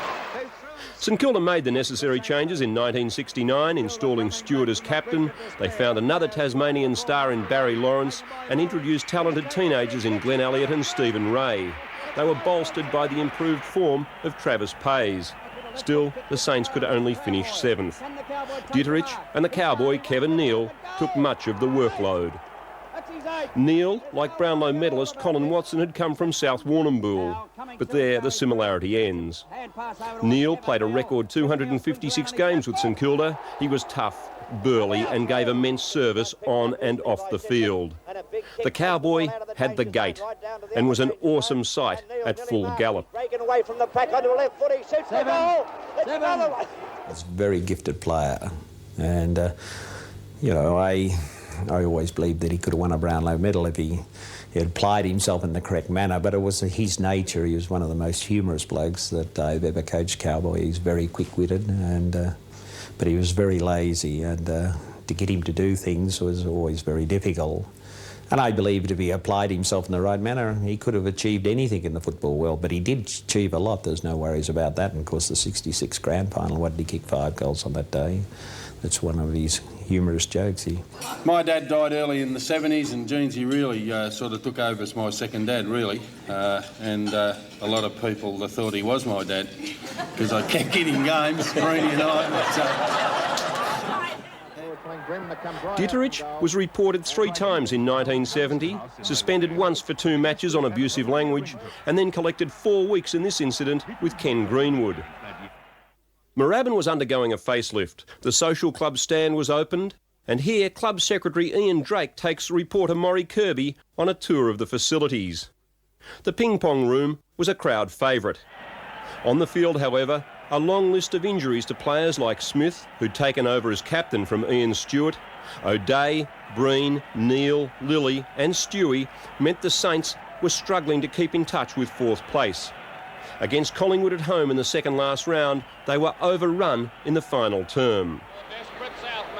They made the finals in 1970 and in front of a record first semi-final crowd of 104,000 played South Melbourne, who were in the finals for the first time since the bloodbath in 1945. Only 6 points the difference. A bad error by Walstead. The unforgivable sin to kick into the man on the mark. Now, Lawrence is only 40 yards out on an angle. He's kicked 1 goal up to now. Huge crowd here at the MCG. Comes. Drop punt. Through. And scores a ring. Chance there for Neil, who's had a bad day. Hoffman kicks in towards centre half forward. Streaking across there was Murphy. Ducks aside though. Masenko moves through nicely. Takes it. Hand passes to Moran. Moran in trouble. Moran in towards Manzi. Manzi's kick goes up towards the forward pocket. They're moving for it. Lambert. And through comes Barry Lawrence. Oh, very good football. He has a shot at goal. It's short and Breen takes it. It was touched and play on. And Breen snaps at goal. That's a guilty. There's a very good goal there to Barry Breen. There's a chance for Hoffman and Lilly. Hoffman gets him out on that left foot. He's been a handy boy. Skilton behind the pack. Couldn't get it. It's tapped down towards the centre half forward position. Murphy comes through. Solid. Oh, strong and was bundled over. And the hand pass now going to Manzi. Manzi just gets the kick in. Up towards the half-back line. Up they come. A chance for Jacob. Ditterich gets it. He puts a long one in towards the forward pocket and a player on his own there. Is Theodore, is it? Yes, Theodore. 15 yards out and he has 1 goal on the board up to this stage. Good play there by St Kilda. And another one through the middle. Very steady in this third quarter. Ian Stewart came into the side for the preliminary final against Carlton. Another record crowd, 108,000. The firepower of Carlton, though, would prove too strong, and the Blues were on the way to a grand final showdown with Collingwood and one of the great premierships in history. West Australian recruit John McIntosh, one of St Kilda's best players that day, capped a season that saw him finish 5th in the Brownlow medal. To White. White gets a kick up towards Jackson. Jackson moves through. Couldn't mark. McIntosh took it right out of his hand. But then came the biggest football story in years. Ian Stewart was to be swapped to Richmond for Tiger premiership star Billy Barrett. Have Richmond promised to play you in the centre? No, they haven't. There's been no discussion. Well, let's say it this way. Is this one of the reasons why you left St Kilda, because you weren't played in the centre this year so much? There was only one game that I wasn't played in the centre, and that was the final. And then I was moved into the centre after a quarter of an hour or something like that. No, I've got no complaints about not being played in the centre for one game. Leading up to that game, I'd missed 3 or 4 of the last 5 games, so really there was a cloud over my head about fitness, and the club decided to play me on the flank. Well, talking about fitness, you have been plagued by injury at St Kilda. What makes you think you'll change this at Richmond? Well, I've had some bad luck over the last couple of years, and I feel that it's only luck, and there's no reason why in 1971 I shouldn't play every game without injury. While Stewart would go on and win the Brownlow medal at Richmond in 1971, joining Bunton, Reynolds and Skilton as triple winners of football's most prestigious individual award, Barrett would last 7 quarters of footy with his new club. In 1971, St Kilda, with a club record 16 wins, finished second on the league ladder to Hawthorn. On grand final day, all talk centred on Hawk spearhead Peter Hudson, who needed just 4 goals to equal and 5 to break Bob Pratt's goal-kicking record of 150 in a league season. Neil bowls him over, who's come right into the game in this third quarter. Gets it up towards centre half forward. Wilson, a desperate tackle, makes him unload the ball quickly, taken by Trott. Oh, what a shot! I remember on the Thursday night when we had our team meeting, I was saying to the players, we have to concede Hudson a few goals because he's playing so well. I said, you know, so don't become over-conscious in relation to Hudson. He's going to kick 4 or 5, even 6 goals because he's playing so well. We'll concede that. And a voice down the back of the room said he can't do it if he's unconscious. And it came from a big fat bloke sitting down the back, and it was Cowboy Neil. It came from his direction anyway. And of course, you know what happened in the first semi-final. Hudson happened to be going past and he tripped and went to the ground and took him a long time to recover. I think that might have stopped him also from breaking the record on that particular day. Whoa! Through came Murray there. The ball knocked away. Looks like Murray's in a bit of trouble. They go through. With Murray injuring his knee early, the job of minding Hudson would fall on the hands of a fellow Tasmanian, Barry Lawrence. Theodore over in the wing position. Theodore balks corner. Well done, Theodore. Comes around the wing on the outer side. Into a centre forward. A good mark. A short mark taken in there by Kelvin Moore. Back in the centre, the ball is bounced by umpire Peter Shields. There they go. Ball knocked away by Scott. Knocked further afield for Hawthorn. Lawrence is after it, but who's coming in from the side? It's Judson. Judson screws it around, but Rice is standing there. Rice takes the mark. Kicks it down forward. Keddy's mark. Keddy's mark. Overdue. Hudson. Hudson's broken the record.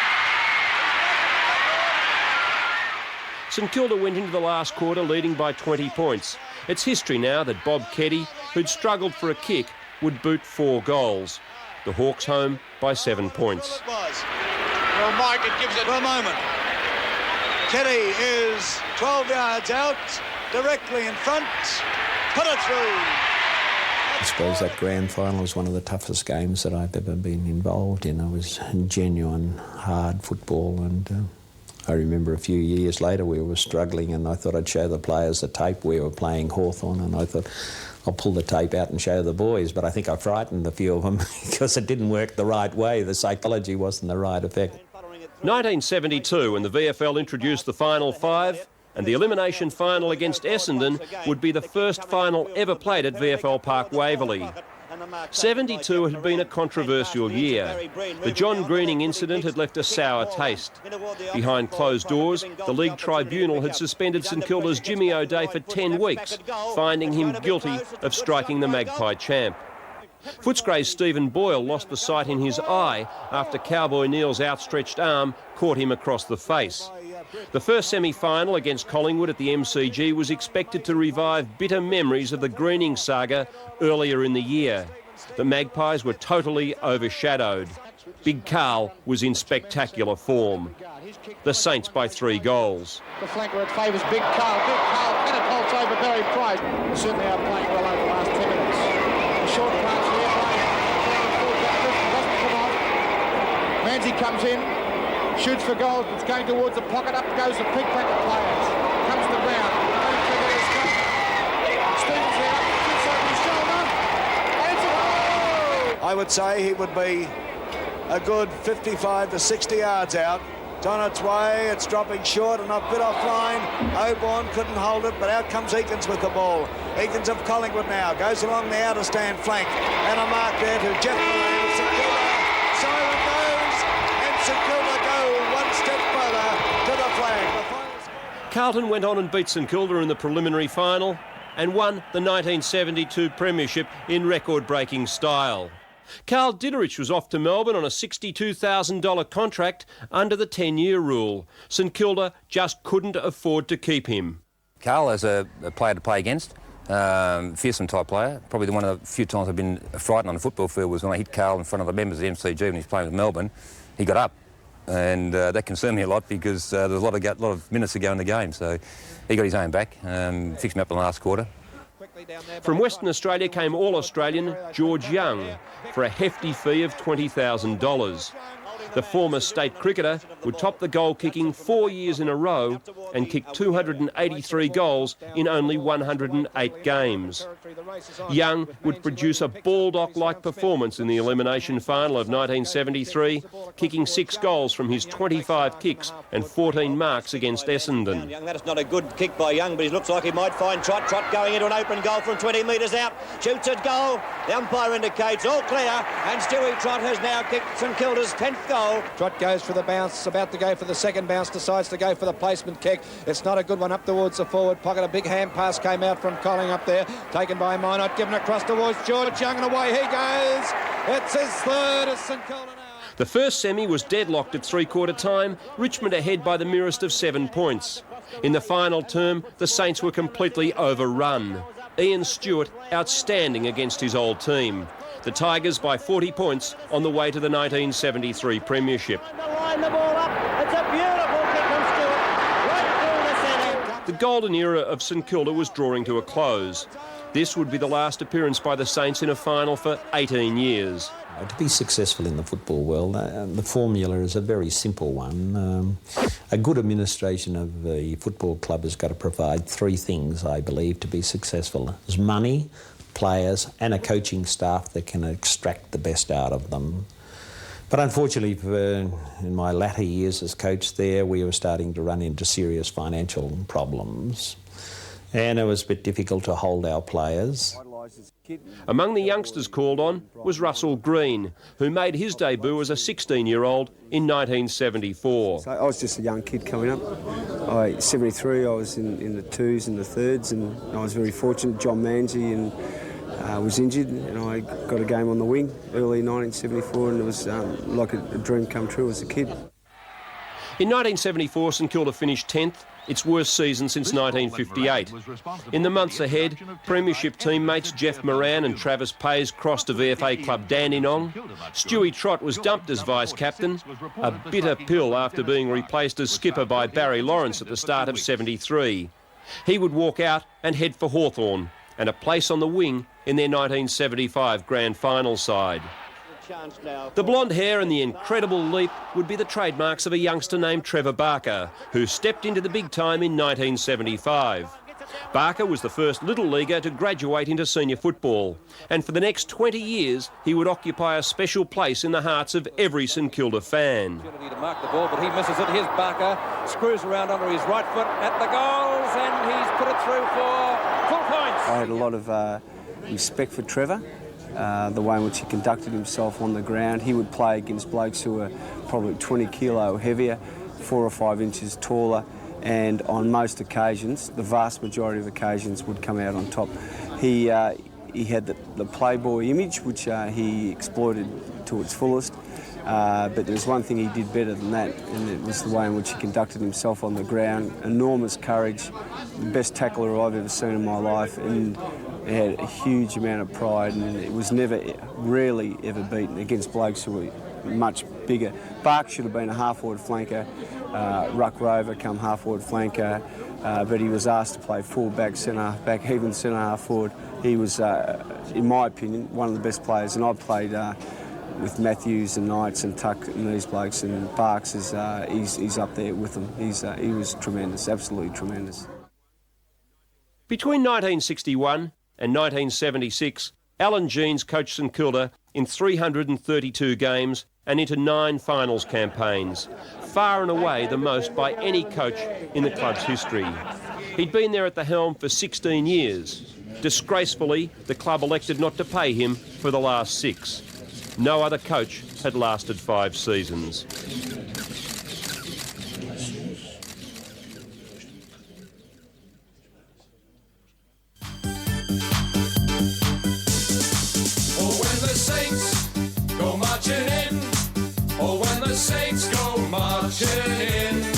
I want to be there in September when the Saints go marching in. From 1977, St Kilda would plunge into a downward spiral that would see the club back to the bad old days of the immediate post-war years. Under a string of coaches and 7 different captains, the Saints would win the wooden spoon 6 times, finish second last twice and 10th once in 10 years. The St Kilda boys were known as drinkers and blokes who used to entertain themselves off the field, and unfortunately that didn't overflow onto the playing arena and didn't win many games. They were fun off the field and rugged on the field, but the Saints could convert that into only 45 wins from 220 games. 11 of those wins coming in 1978, when the former Richmond ruckman Mike Patterson coached them to 6th. The skipper was Gary Colling. Oh, kick off the ground was dangerous, but no free kick forthcoming over to Baum. Baum goes for a hand pass, booted forward by Einsadel, up towards and takes the ball. I think 78 was the last time that we really looked as though we were going to be a formidable side. I think at the end of that period, though, or at the end of 78, players such as Ditterich, Phil Stevens, Rob and Glenn Elliott, Rex Hunt, May have even been Gary Sidebottom at the time as well left. There are a number of players who had played a hell of a lot of games, and I just don't think the club had the foresight to think that all those players may have gone in that one particular time. I know there was myself, Bruce Duper-Ruzel and probably Barry Breen left it and virtually in their twilight of our careers, and I just think that the club didn't have the role models as such to carry through, and it was a big ask of a lot of the young guys to come through, and as it proved in the late 70s and in the early 80s, we really did struggle. Against Essendon in round 7, the Saints were at their meanest. Sidebottom would be suspended for 4 matches. St Kilda was described as a team of animals by their opponents. The Ballarat brigade was making itself felt. Gary Lofts from Beaufort was a noted mud runner. Against South in round 19, he kicked 7 as St Kilda made a late charge towards the 5. It's a beautiful goal. It's over the head of the pack. Lofts coming through. Lofts are running to the open goal, and there it is. It's away by Wright, gathered in by Ďeľa. Ďeľa a quick handball across to Lofts, and Lofts, it's a magnificent kick by Lofts. Half forward zone, and Lofts under the ball again, plays on quickly. I thought he would look for Saru, but he's gone goalward again. Another goal. Punched away by James, kicked on too by Colling. There's an opportunity, chance for Lofts again. Into the open goals, he strides. And down, almost a mark to O'Keefe. Lofts throws the ball out in front of him, now picks it up, has another shot. And you wouldn't want to know, it's number 7. Paddy took over, came from Adelaide, very successful club, Mike Patterson. And there was Sidebottom there, and Carl, who had a very big side, very strong, fit side. And I think probably then was realised that we were stiff because of some mid-season whinging from Essendon, which cost us a few games, a few suspensions. Otherwise, we probably would have played off in the finals, and we beat the top 5 sides in the way in the last 5 games. So. A 9-goal third quarter by the Magpies at Victoria Park in round 21 virtually ended St Kilda's hopes, but the fight carried on. The final round was at Moorabbin against third-place Carlton, who'd won 13 of 15 games under Alex Jesaulenko. 35,000 on hand to see St Kilda fire up. The match produced some memorable football as St Kilda won by 40 points, but it wouldn't be enough. We saw the other side of media mega star to be Rex Hunt. He's in trouble, tackled by Jones, over to Barker. Barker has a shot for goal and has put it through, I think. And watch Rex Hunt, budding goal umpire for sure. That's a goal. No. Yes, sir. And Robbie Muir at his fieriest. And they hurt. Duper-Ruzel has the go. Up the field, it's all the beauty! Down he went, TV ringside! Thank you very much! A beauty! A beauty! You're watching it on the big league. That was the best knockdown I've seen since Jimmy Carruthers put down Victor Wheel. If you don't mind. There is ecstasy. And St Kilda, 12 goals, 7. Jonesy going crook. Like there's not a bad purse, you pushed him in the back, so I think I nominated that before the umpire gave it. He won't win for St Kilda. The Saints have beaten Carlton. Instead of thinking about playing your footy, we had a lot of these blokes running around. Maybe we were just a little bit too social in that way. And certainly not from the point of view that the country boys, where I come from, we took our game serious, but you did have these pretty boys running around. But it sort of changed over those years. 1978 would be Carl Ditterich's last season with the Saints. He made it one to remember too. Reported 3 times, he escaped penalty each time. After 203 games, he returned to Melbourne for 2 seasons as captain-coach. Down, but Sidebottom will take a bit of pushing away. I'll tell you that now. Oborn going for the mark. It comes down to Ditterich again. He can't pick it up. Over to Ditterich. Oh, another free kick, I'd say. As Ditterich goes after the ball now. Over the mark. A wild kick. With the financial situation at Moorabbin worsening and debts totalling more than $750,000, all 7 committeemen resigned, and former player and trucking magnate Lindsay Fox stepped in as chairman. St Kilda was having the double problem of not being successful on the field and at the same time incurring debts over $1.6 million. $1.6 million in 1979 would probably be like $5 million today. I'm not sure that You can have a successful club that's not administered properly. But unless you're having on-field performance, you're not successful at all. Carlton legend 𝙲𝙷𝙰𝙽𝙀 captain-coached the Blues to the '79 flag. After a torrid split, he arrived at Moorabbin in 1980, allowing 𝙲𝙗𝙀 to move to Princes Park. 2 rounds into the season, 𝙲𝙷 was in the news again. After 2 losses, St Kilda president Lindsay Fox ruthlessly sacked coach Mike Patterson, and it wasn't hard to guess his replacement. Nobody likes defeat, and nobody at St Kilda will want to accept defeat from here on in. Did you ask Mike Patterson for his resignation this morning? Yes, I spoke to Mike this morning, and Mike was quite prepared to resign in the interests of St Kilda Football Club. Well, you said before he made mistakes. Were those mistakes simply losing? There's no question about it. We can't afford to lose. We're trying to get a new breed of people at St Kilda that have a tremendously strong desire to win. And the new coach of St Kilda, 𝙲𝙷𝙰𝙀. Alex, you've been the centre of 2 of the biggest football upsets in many years. Have you got to rekindle enthusiasm for football with this latest appointment? Well, I certainly have. It came sooner than expected, Stephen. I expected to stay in football, play football, at least for this year, maybe next year, and kind of wait around for a coaching position to come along. Robbie Muir made his mark at Victoria Park in round 6. He whacked Ray Shaw and added 4 more to his imposing record. 𝙲𝙷 didn't know what he was letting himself in for. Then, prior to round 9, St Kilda traded Russell Green to Hawthorn. That particular night I arrived home and Don Scott was on the phone saying that the deal had been done. All you got to do was sign on the line on Friday, the following day. So I was effectively, I think I'm not getting carried away here, but I think effectively I was the only bloke who was selected in 2 AFL sides or VFL sides in one particular weekend. Green would play more than 300 games and captain Victoria. 1981 was a year of ups and downs, no question about the goal of the year. The goal of the 80s belonged to Jeff Ferring. 90 yards, 1 foot, 7 inches. 3 weeks later, he failed to make the distance from 25 yards. 1983, 𝙲𝙷 out, Tony Jewell, the 1980 Richmond premiership coach, in. A new general manager too, in Ian Stewart.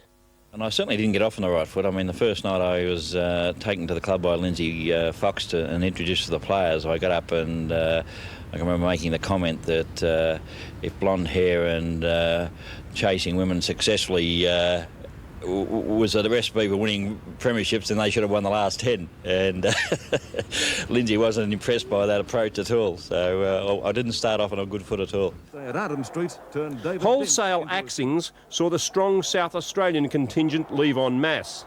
To the club would come Mark Jackson, Wacko Jacko. Dual best and fairest Trevor Barker would replace 𝙲𝙗𝙀 as captain. They would recruit Silvio Ficini and Paul Morwood. How didn't seem to matter. It was the news story of 1983. Starting slow now, so you can go to one club one week and another the next week if not on contract, so make some brass out of that one. The Saints covered the windows of their rooms and banned the press from entering. Rumours were strong that the Saints were about to spring another surprise. Just on 1:57, the bearded Morwood made his entry onto VFL Park in St Kilda colours. The third last player on the ground wearing the red, white and black. So after the decision was handed down, there has to be a new set of rules. But there's none at the moment. There are no rules at all, with the implication of the handing down of the Ficini case. After kicking 41 goals in 11 games, including 10 goals against Sydney, Jewell sacked Mark Jackson. Yeah, it was a shock. You know, it was a bit of disappointment, but life's full of them. We finished up, we had to sack Mark, and the reason for it was that we devised a plan to get Mark involved in using other players, namely Silvio Ficini and Glenn Brown. Because we weren't getting enough goals out of kicking it straight to Mark. Anyway, after a week of planning and getting Silvio to run in and get handballs off Mark and Glenn Brown leading and having team meetings and telling the players exactly what was going on, and Mark agreed with everything, and we had a team meeting on the Saturday. He still agreed. And then, as we were about to run down the race to go out in the ground, I went up to Mark and said, "Now, mate, don't forget you've got to make this work, this plan work." And he said, "I'm the only one that kicks goals around here." He said, "There'll be no plan today." And anyway, that's exactly what happened. And so the next week he was sacked. In his place, a kid named Lockett from Ballarat. Ian Stewart called me in one afternoon and said we had to go up to Ballarat to talk to Plugger's, or Tony's father, who was called Plugger, and who was running a hotel near the stockyards up in Ballarat. And when I got there, Jimmy Jess was there, and which was handy. I thought this will help introduce us to Mr. Lockett. Anyway, after a couple of beers, we did eventually get to talk to Mr. Lockett about Tony's future, and the first thing Mr. Lockett said was, "If you take my lad down to Melbourne and play in the thirds, I'll come and rip your gonads out." And we assured him on that note that there'd be no way that Plugger would be playing in the thirds. In 1984, the Ballarat connection would grow with the addition of youngsters like Danny Frawley and the number 49 Guernsey. Controversy would dog the club. The Carlton match. Muir hits former teammate and good mate Val Perovic.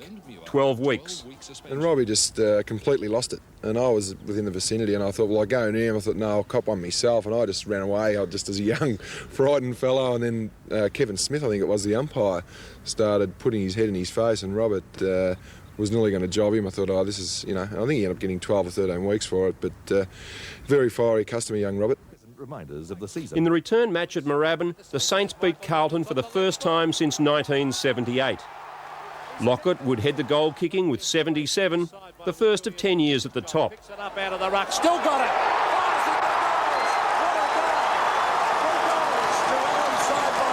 Wide looking for Lockett, who's been well held by Doull. This time it's Tony Lockett, swings it around on the left foot. It's bouncing towards goal. It's through. Great goal to Tony Lockett. The administration was still unsettled.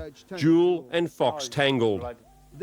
Under stand-in coach Graham Jalley, success came quickly with a 7-point win over Richmond. In 1987, St Kilda appointed Frawley captain, a surprising choice considering he was only 23. Lou Richards caught up with him. Back home at Bungaree, the family are preparing for the potato harvest. 80 acres of prime spuds, ready to accompany pieces of fish around the nation. Probably wrapped in my footy tips. Just a go doing one, Dan. Yeah, that's it. Oh, look at them. Oh, look, I went. Oh, geez, I cut one and a half. In 1987, St Kilda finished 10th under the guidance of Darryl Baldock. Among the outstanding recruits was Nicky Winmar, who'd been overlooked by the West Coast Eagles in their formation year. From Carlton came Sheldon and Marcoux to join the high-flying McConville, Jones and Nixon. The goals just kept coming for Lockett. The century came up at Moorabbin. In this match against Footscray in round 19, he'd kick 8 and eclipse Bill Moore's club record of 101 goals set 51 years earlier in 1936.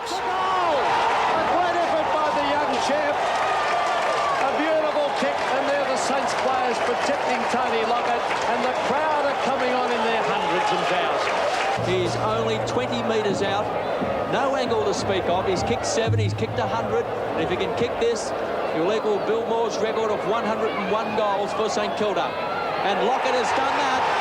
He's put through goal number 8. Time was running out, and I really wanted to get it in, in the last quarter, and being such a big game, well, I seen the chance, and I guess I just took it. What was it like lining up? It must have been a bit nerve-wracking. Yeah, it was a bit of a buzz, a bit nervous. I suppose I was about 45 metres out, and it was a bit nerve-wracking, but I was glad to see it go through the middle.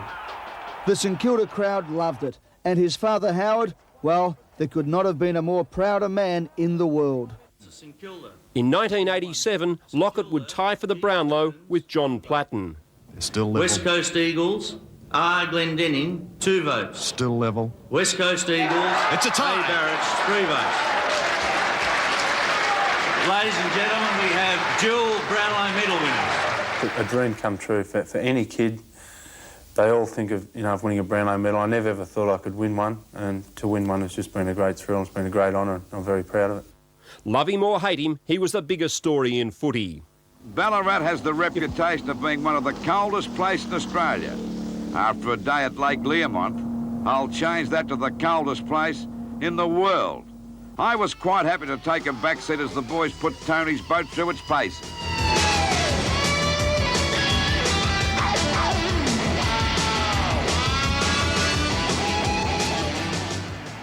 If 1987 was a triumph, 88 was a disaster. Lockett got 3 weeks for hitting Fitzroy's Grant Laurie, then a broken ankle in the match against Footscray would keep him out again. The St Kilda Football Club told Channel 10 and Channel 7 when and where Lockett would be arriving at the hospital and gave permission to myself, Eddie Maguire, and Peter Donegan to interview the gun full forward. The only trouble was, no one told Tony. The result, what would have been a normal sports story turned into that night's lead news story and one of the most famous incidents in the game. I just went to the hospital expecting no one to be there. You know, I was a bit disappointed and a bit down in the dumps, I suppose you'd call it. I'd just seen my season come to an end. In 1989, he'd return. One of his greatest games was against state fullback and Carlton's young champ Stephen Silvani. His 10th goal sealed a 4-point win. The scenes afterwards told it all. St Kilda a chance. Winmar looks for Lockett. Yes! Well, what a fairy tale this would be. Tony Lockett can win the game and bring up his 10th goal. How did he mark that? Well, I thought Winmar had done the wrong thing. I thought he should have kept going and had a ping at the goals. 43 seconds left on the clock. Possibly the last chance for St Kilda. They trail by 2 points. Tony Lockett.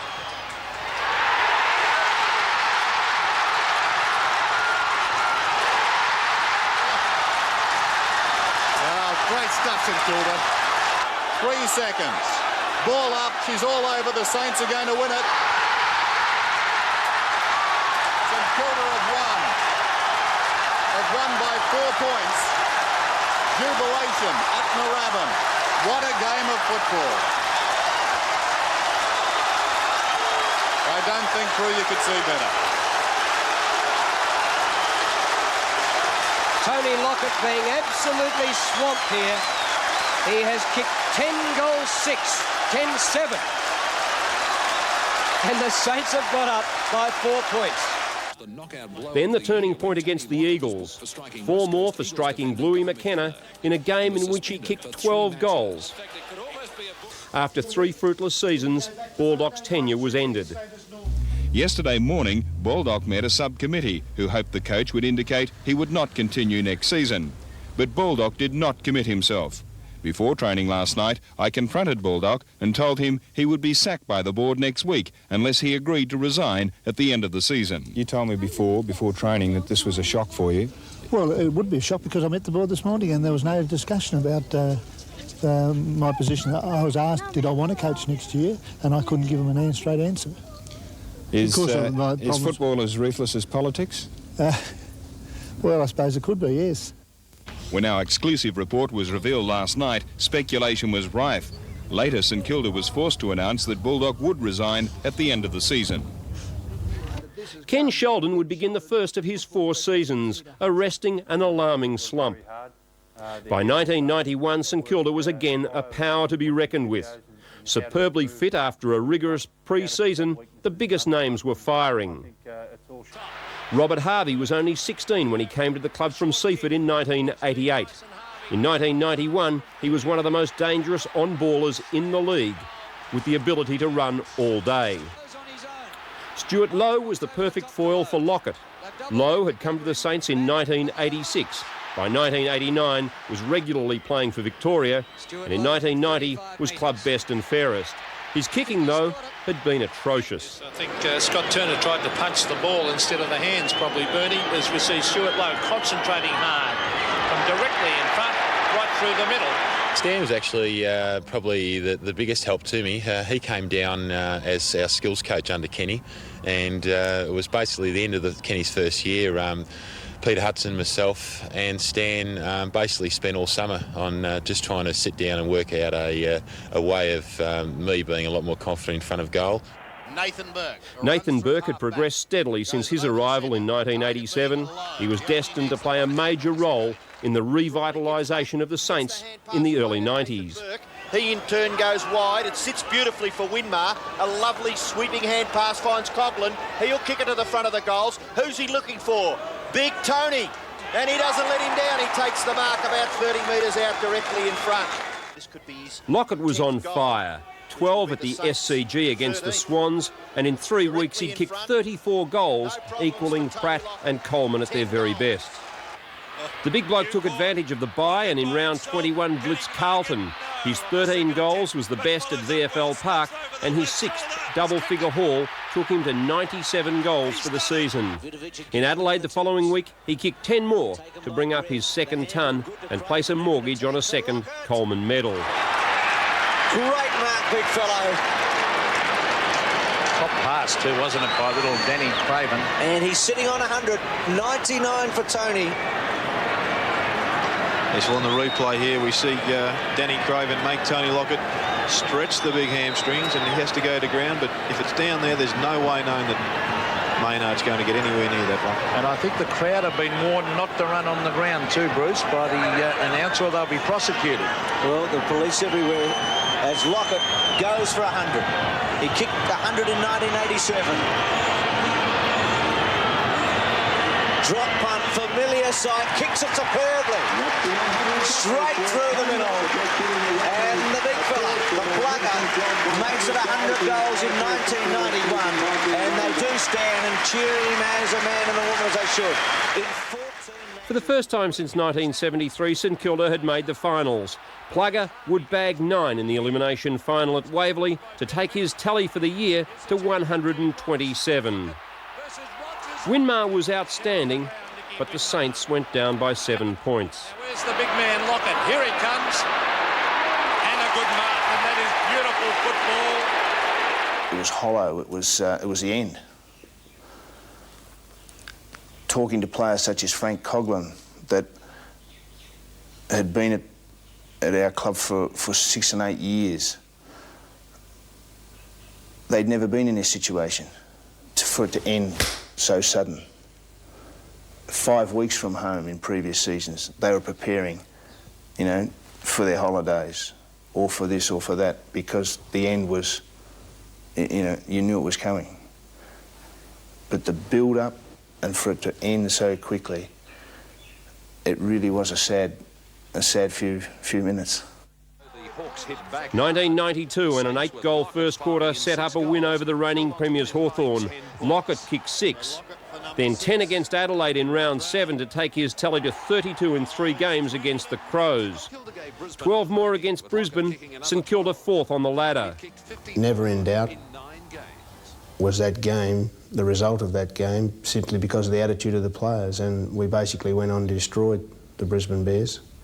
80,000 saw the Saints and Magpies at the MCG in round 12. They saw Sheldon have a piece of Craig Devonport.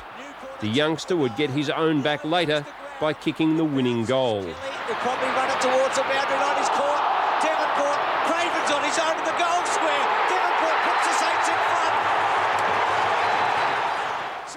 In round 13, Lockett was back, and how? 15 goals. Then 9 more in a vital win over North, and 7 against the Eagles, who could only manage 3-11 at Waverley. In round 19, Lockett made it century number 3 with 6 against the Hawks. In round 20, St Kilda played Fitzroy. It would be their last appearance at Moorabbin. After 27 years, they would be on the move again to Waverley. A slugging win over Melbourne and a week of uncertainty as the Saints enjoyed the bye in the final round of the season. St Kilda into the final 6 at Carlton's expense, and an elimination final against Collingwood. 74,000 at Waverley, they were treated to a thriller. For skipper Frawley, however, the game ended early. Yes, and a tragedy here for St Kilda. Danny Frawley coming off the ground with what looks to be a leg injury. Ralph Smith up towards the 50. Woods gets back there, but Lowe charges at it and takes another mark. Woods could have gone a bit hard at that one. Dwyer beats a man, goes for goal. It's home. Oh, it comes to the dangerous Harvey. He's off and running, breaks the tackle easily. Robert Harvey having a great game. In towards half-court, he's found the former Geelong player in Fletcher.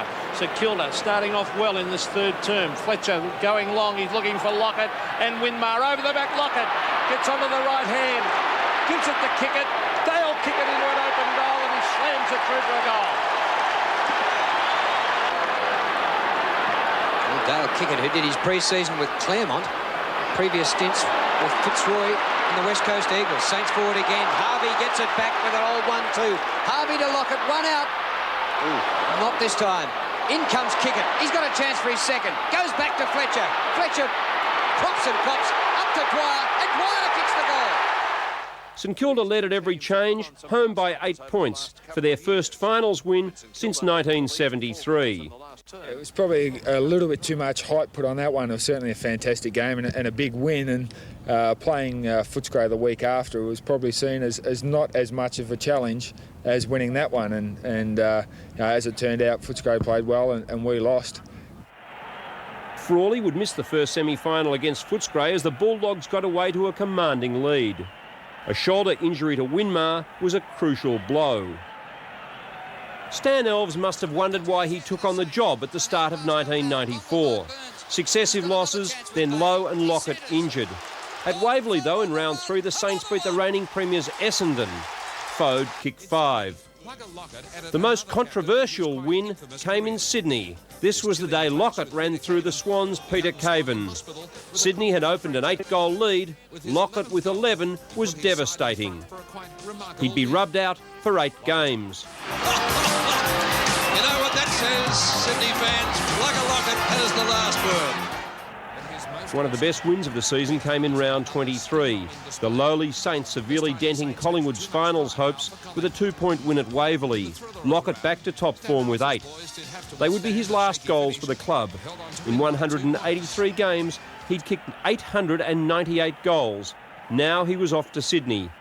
I think, first of all, the last thing we wanted to do was let Tony go as a club.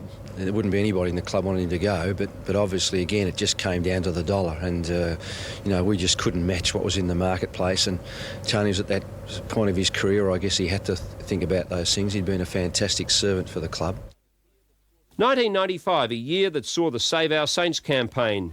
Nicky Winmar in the news for disputing an umpire's decision and copping a $1,500 fine.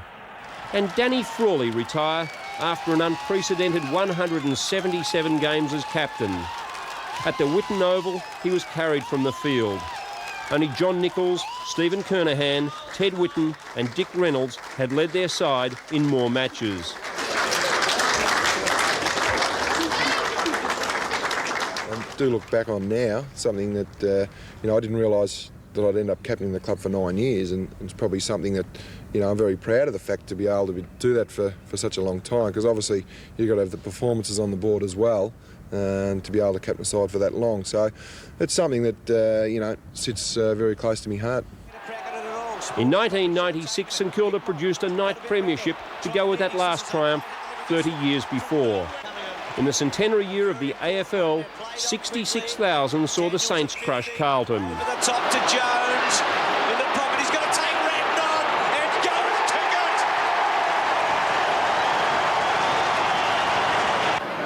They manufactured another one. Daniels snaps. Snap! Oh, great goal from Jason Daniels. Harvey, brilliant. It was good shepherding by Shanahan off the ball too to give it back to Brown. Then to Harvey's kick to Everett's a good one. To Colossus Everett. What a star he's going to be in this competition. Lowe's got it. It's champagne footy. Only to Sirakovsky. Just through low, but here's a wonderful chance for Smith. He's got it. And the winner of the Michael Tuck Medal here at the Ansett Australia Cup Grand Final is Nicky Winmar of St Kilda.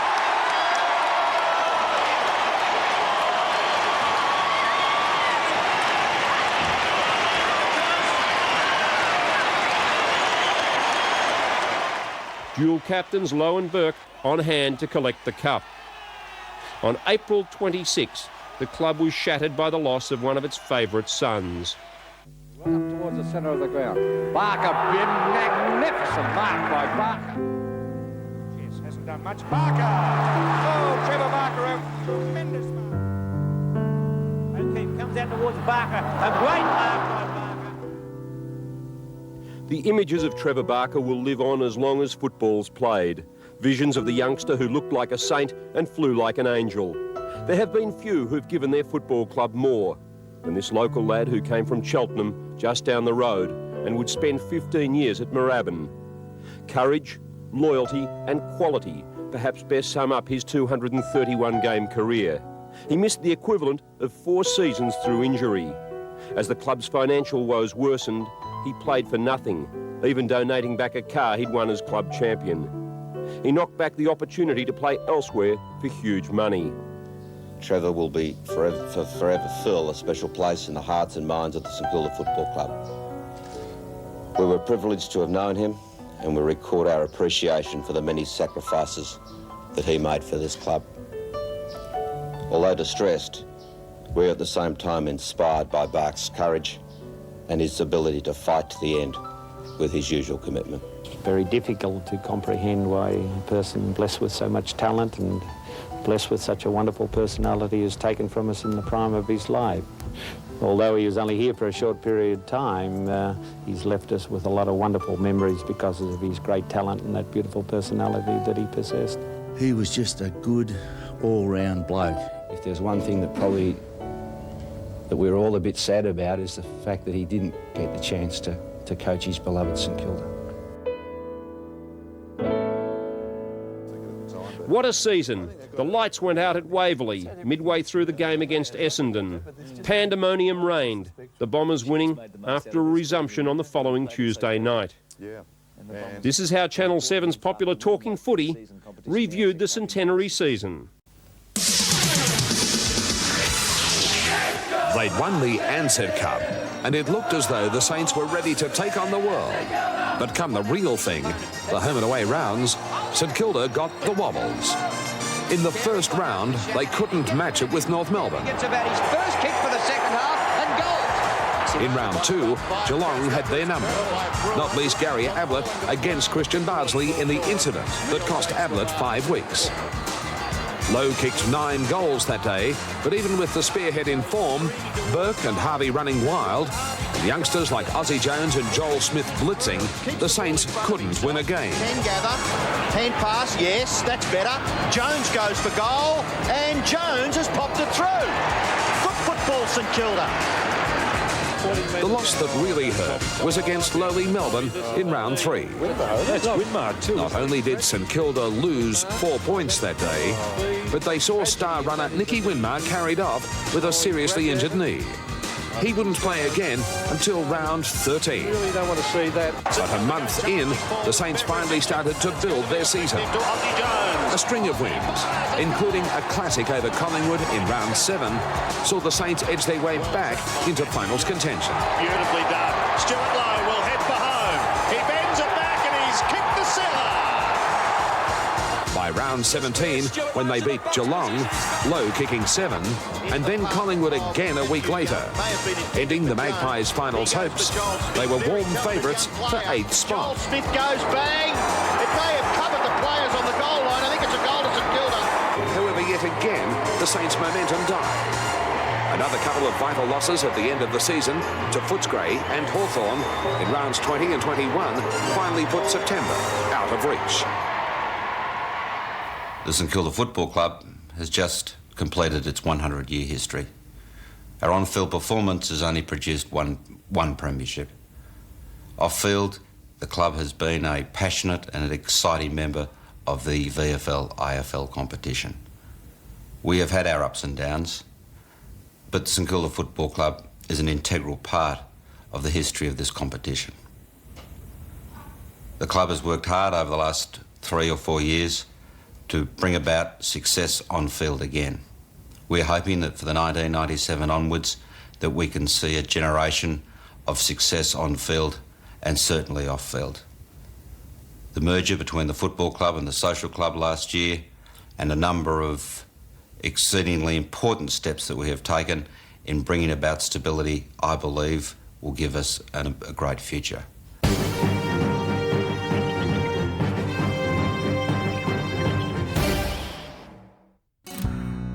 With one win from 5 games, the 1997 season started like so many before it. So bad was the situation that coach Stan Alves asked the players if they wanted him to continue. Some pressure, Stan. On what basis do you ask that? You've coached, have you? No, I haven't, but I understand. Well, why do you say surely?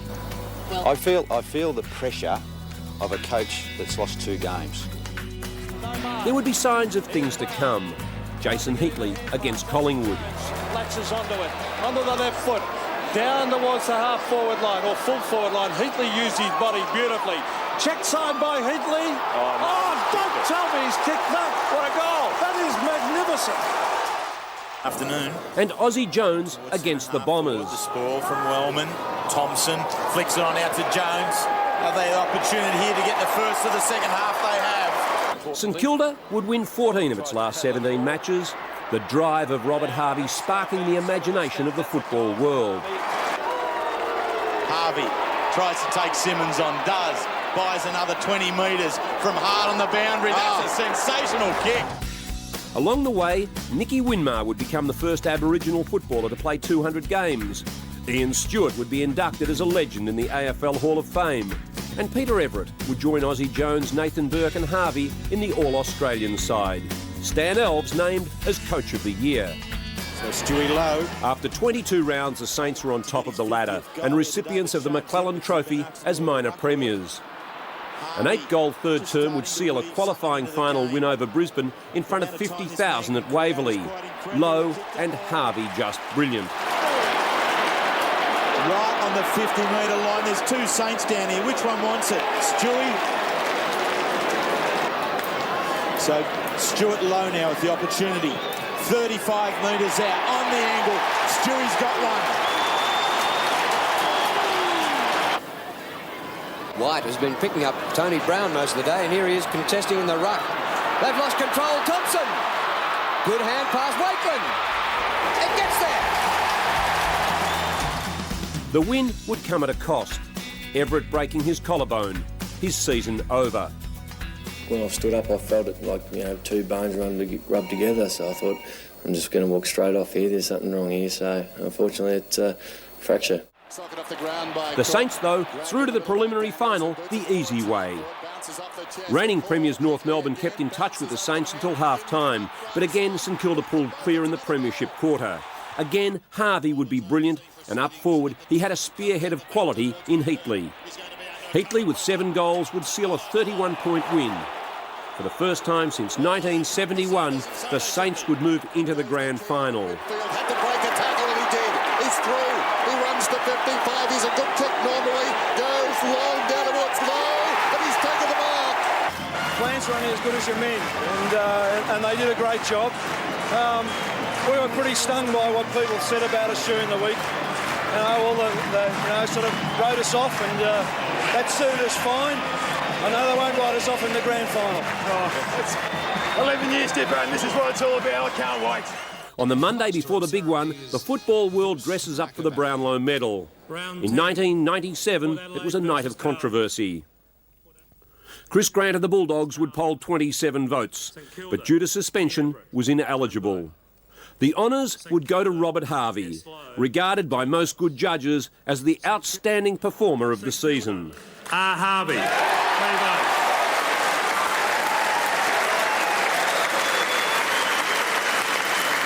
And I think everyone here, there could be no more worthy winner of the Brownlow medal than Robert Harvey.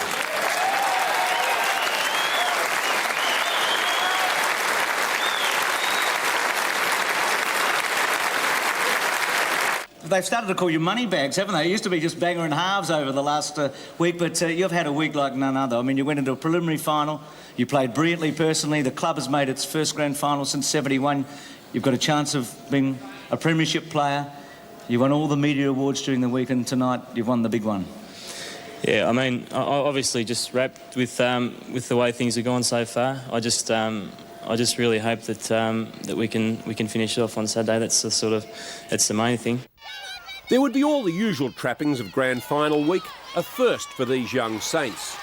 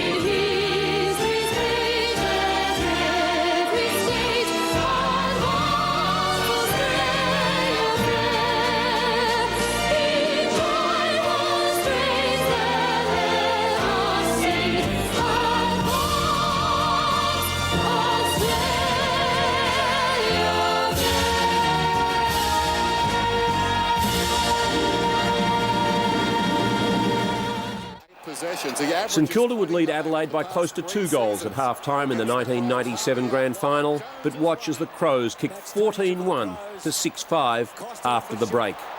Heartbreaking stuff. Jones, the length of the ground nearly. 60 out. Will he take them all on? Handball inside to Thompson. A fumble. Back. Aussie Jones goes with the left. Kicks it and gets it. What a goal. I'm hurting for me boys. Because I've never been so proud of anybody in my life for what they've done this year. The roller coaster ride continued in 1998. There would be a fortuitous free kick against the Eagles, which set up an unlikely win. Strange goal umpiring decisions. First to Spider Everett and then to a bemused Nicky Winmar certainly went St Kilda's way. Still, the club could not find that fire, despite the earnest pleadings of the senior players like Stewie Lowe. Got to have a real positive start, okay? Got to be real intense, real hard at it, set the scene. I'll know in 1 minute if we're switched on, okay? Everyone okay? Real hard at it, on desperation, 1% is right. Winmar was agitated and at times out of control. Invidious position here. He's got to take Nicky Winmar off the ground. He is out of control. He's coming off the ground. I'm pretty sure the runner's gone out. He'll be straight off the ground. We just got to weigh up what the individual's doing in terms of the team, and at that point of time we just felt that Nicky's actions weren't in the best interest of our team, and we were being distracted, and it just wasn't of any benefit for us. The best player in the game would celebrate his 200th game in style. Inside the 50, question of accuracy, he's bounced it through. Goal to the Saints.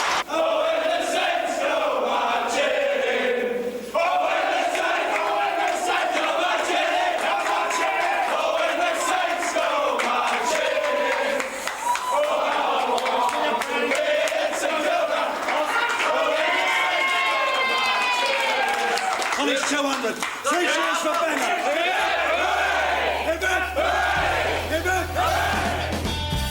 Still, the Saints could not reignite that grand final form. Alves found it harder to communicate. His players were losing it on the field, and with successive losses to Sydney and Melbourne, bowed out of the finals race with barely a whimper. For Stan Alves, one of 2 men to have coached St Kilda in more than 100 games, it would signal a final farewell.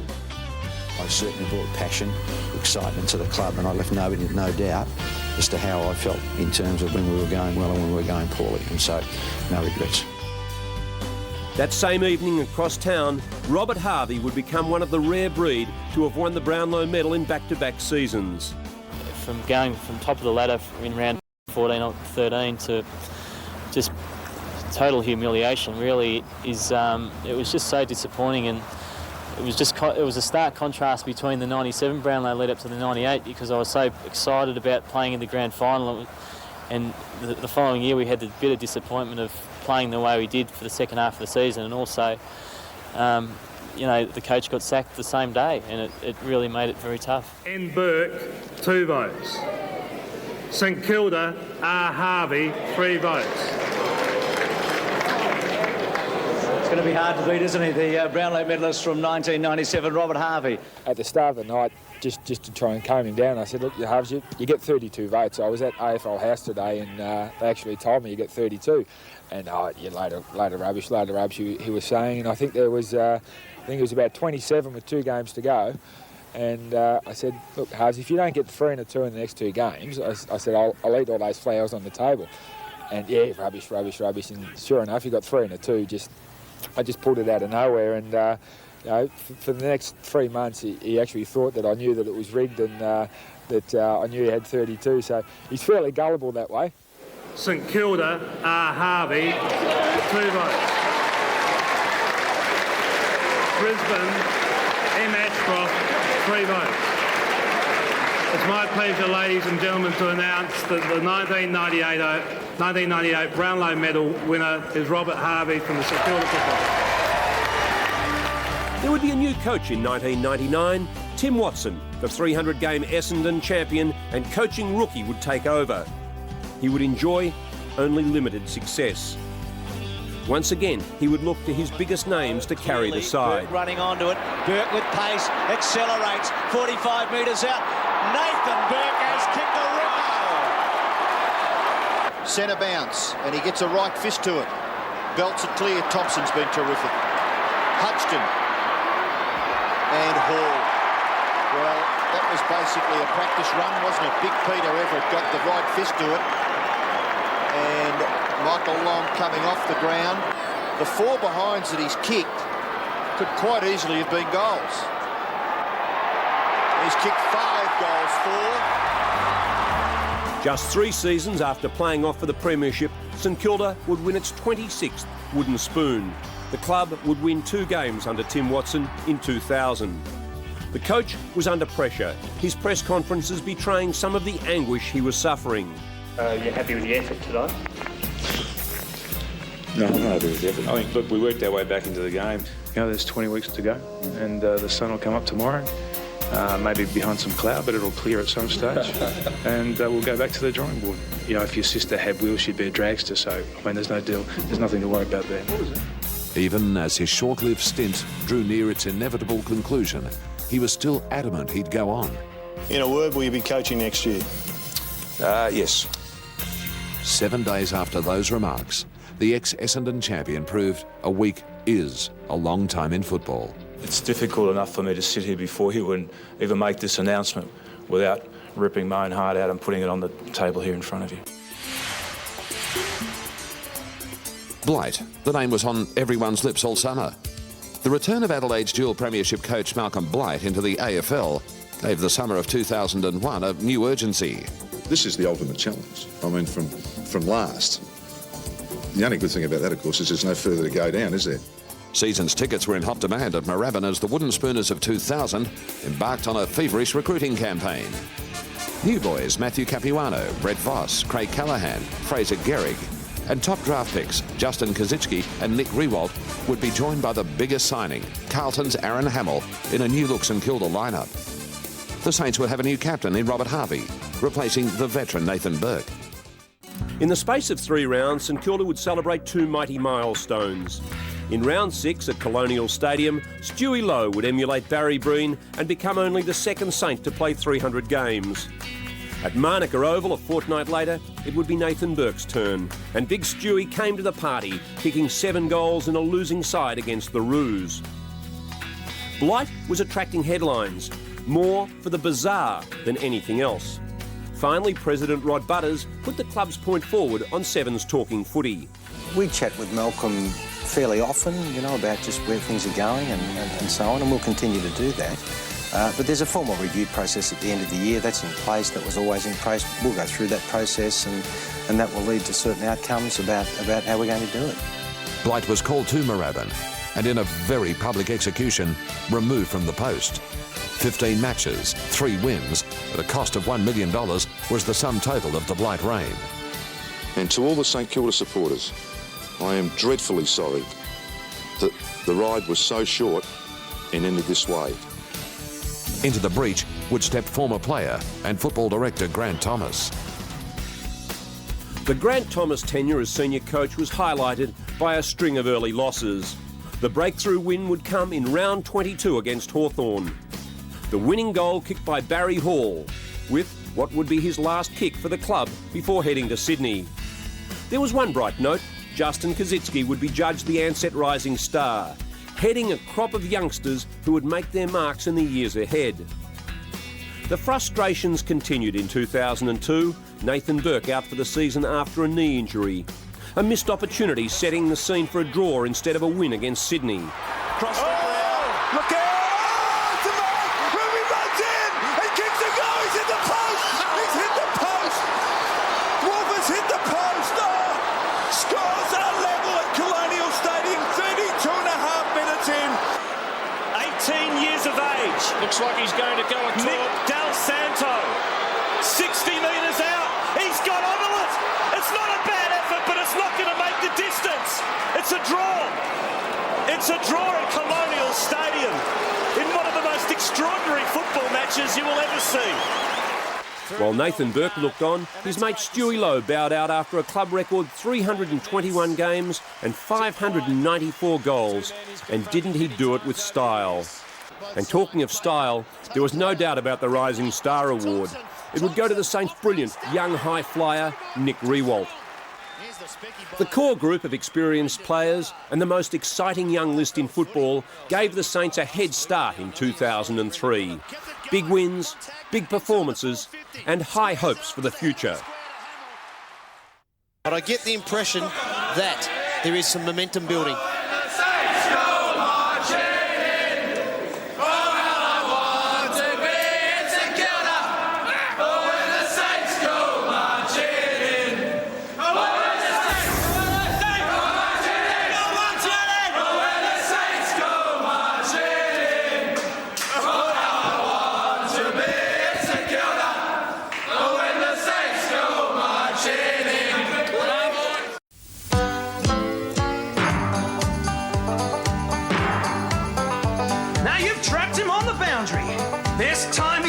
Sure. Two half-backs on either side and you're a ruckman too, what's more. Now line him up and iron him out. This time you just can't miss. Goodbye, Doc. Lots of luck. I'll blow you a farewell kiss. Oh, shoulder down, elbow out. You got the Doc right in your sights. Then suddenly he's just not there and you thump the man in white. Oh, Darryl Baldock. Oh, Darryl Baldock. Mr. Magic with a ball. Spin to the left inside you. He could blind turn back to the right. As hard to catch as Ronnie Biggs, like a hummingbird in flight. Now no one ever touched him or caught him with the ball. They sold him here, they sold him there, but he was never there at all. Oh, shoulder down, elbow out, you've got the Doc right in your sights. Then suddenly he's just not there and you thump the man in white. Oh, Darryl Baldock. Oh, Darryl Baldock. Mr. Magic with a ball. Now there's a whole new generation to inherit Baldy's skill. There's Trevor and there's Michael and the Saints are back for the kill.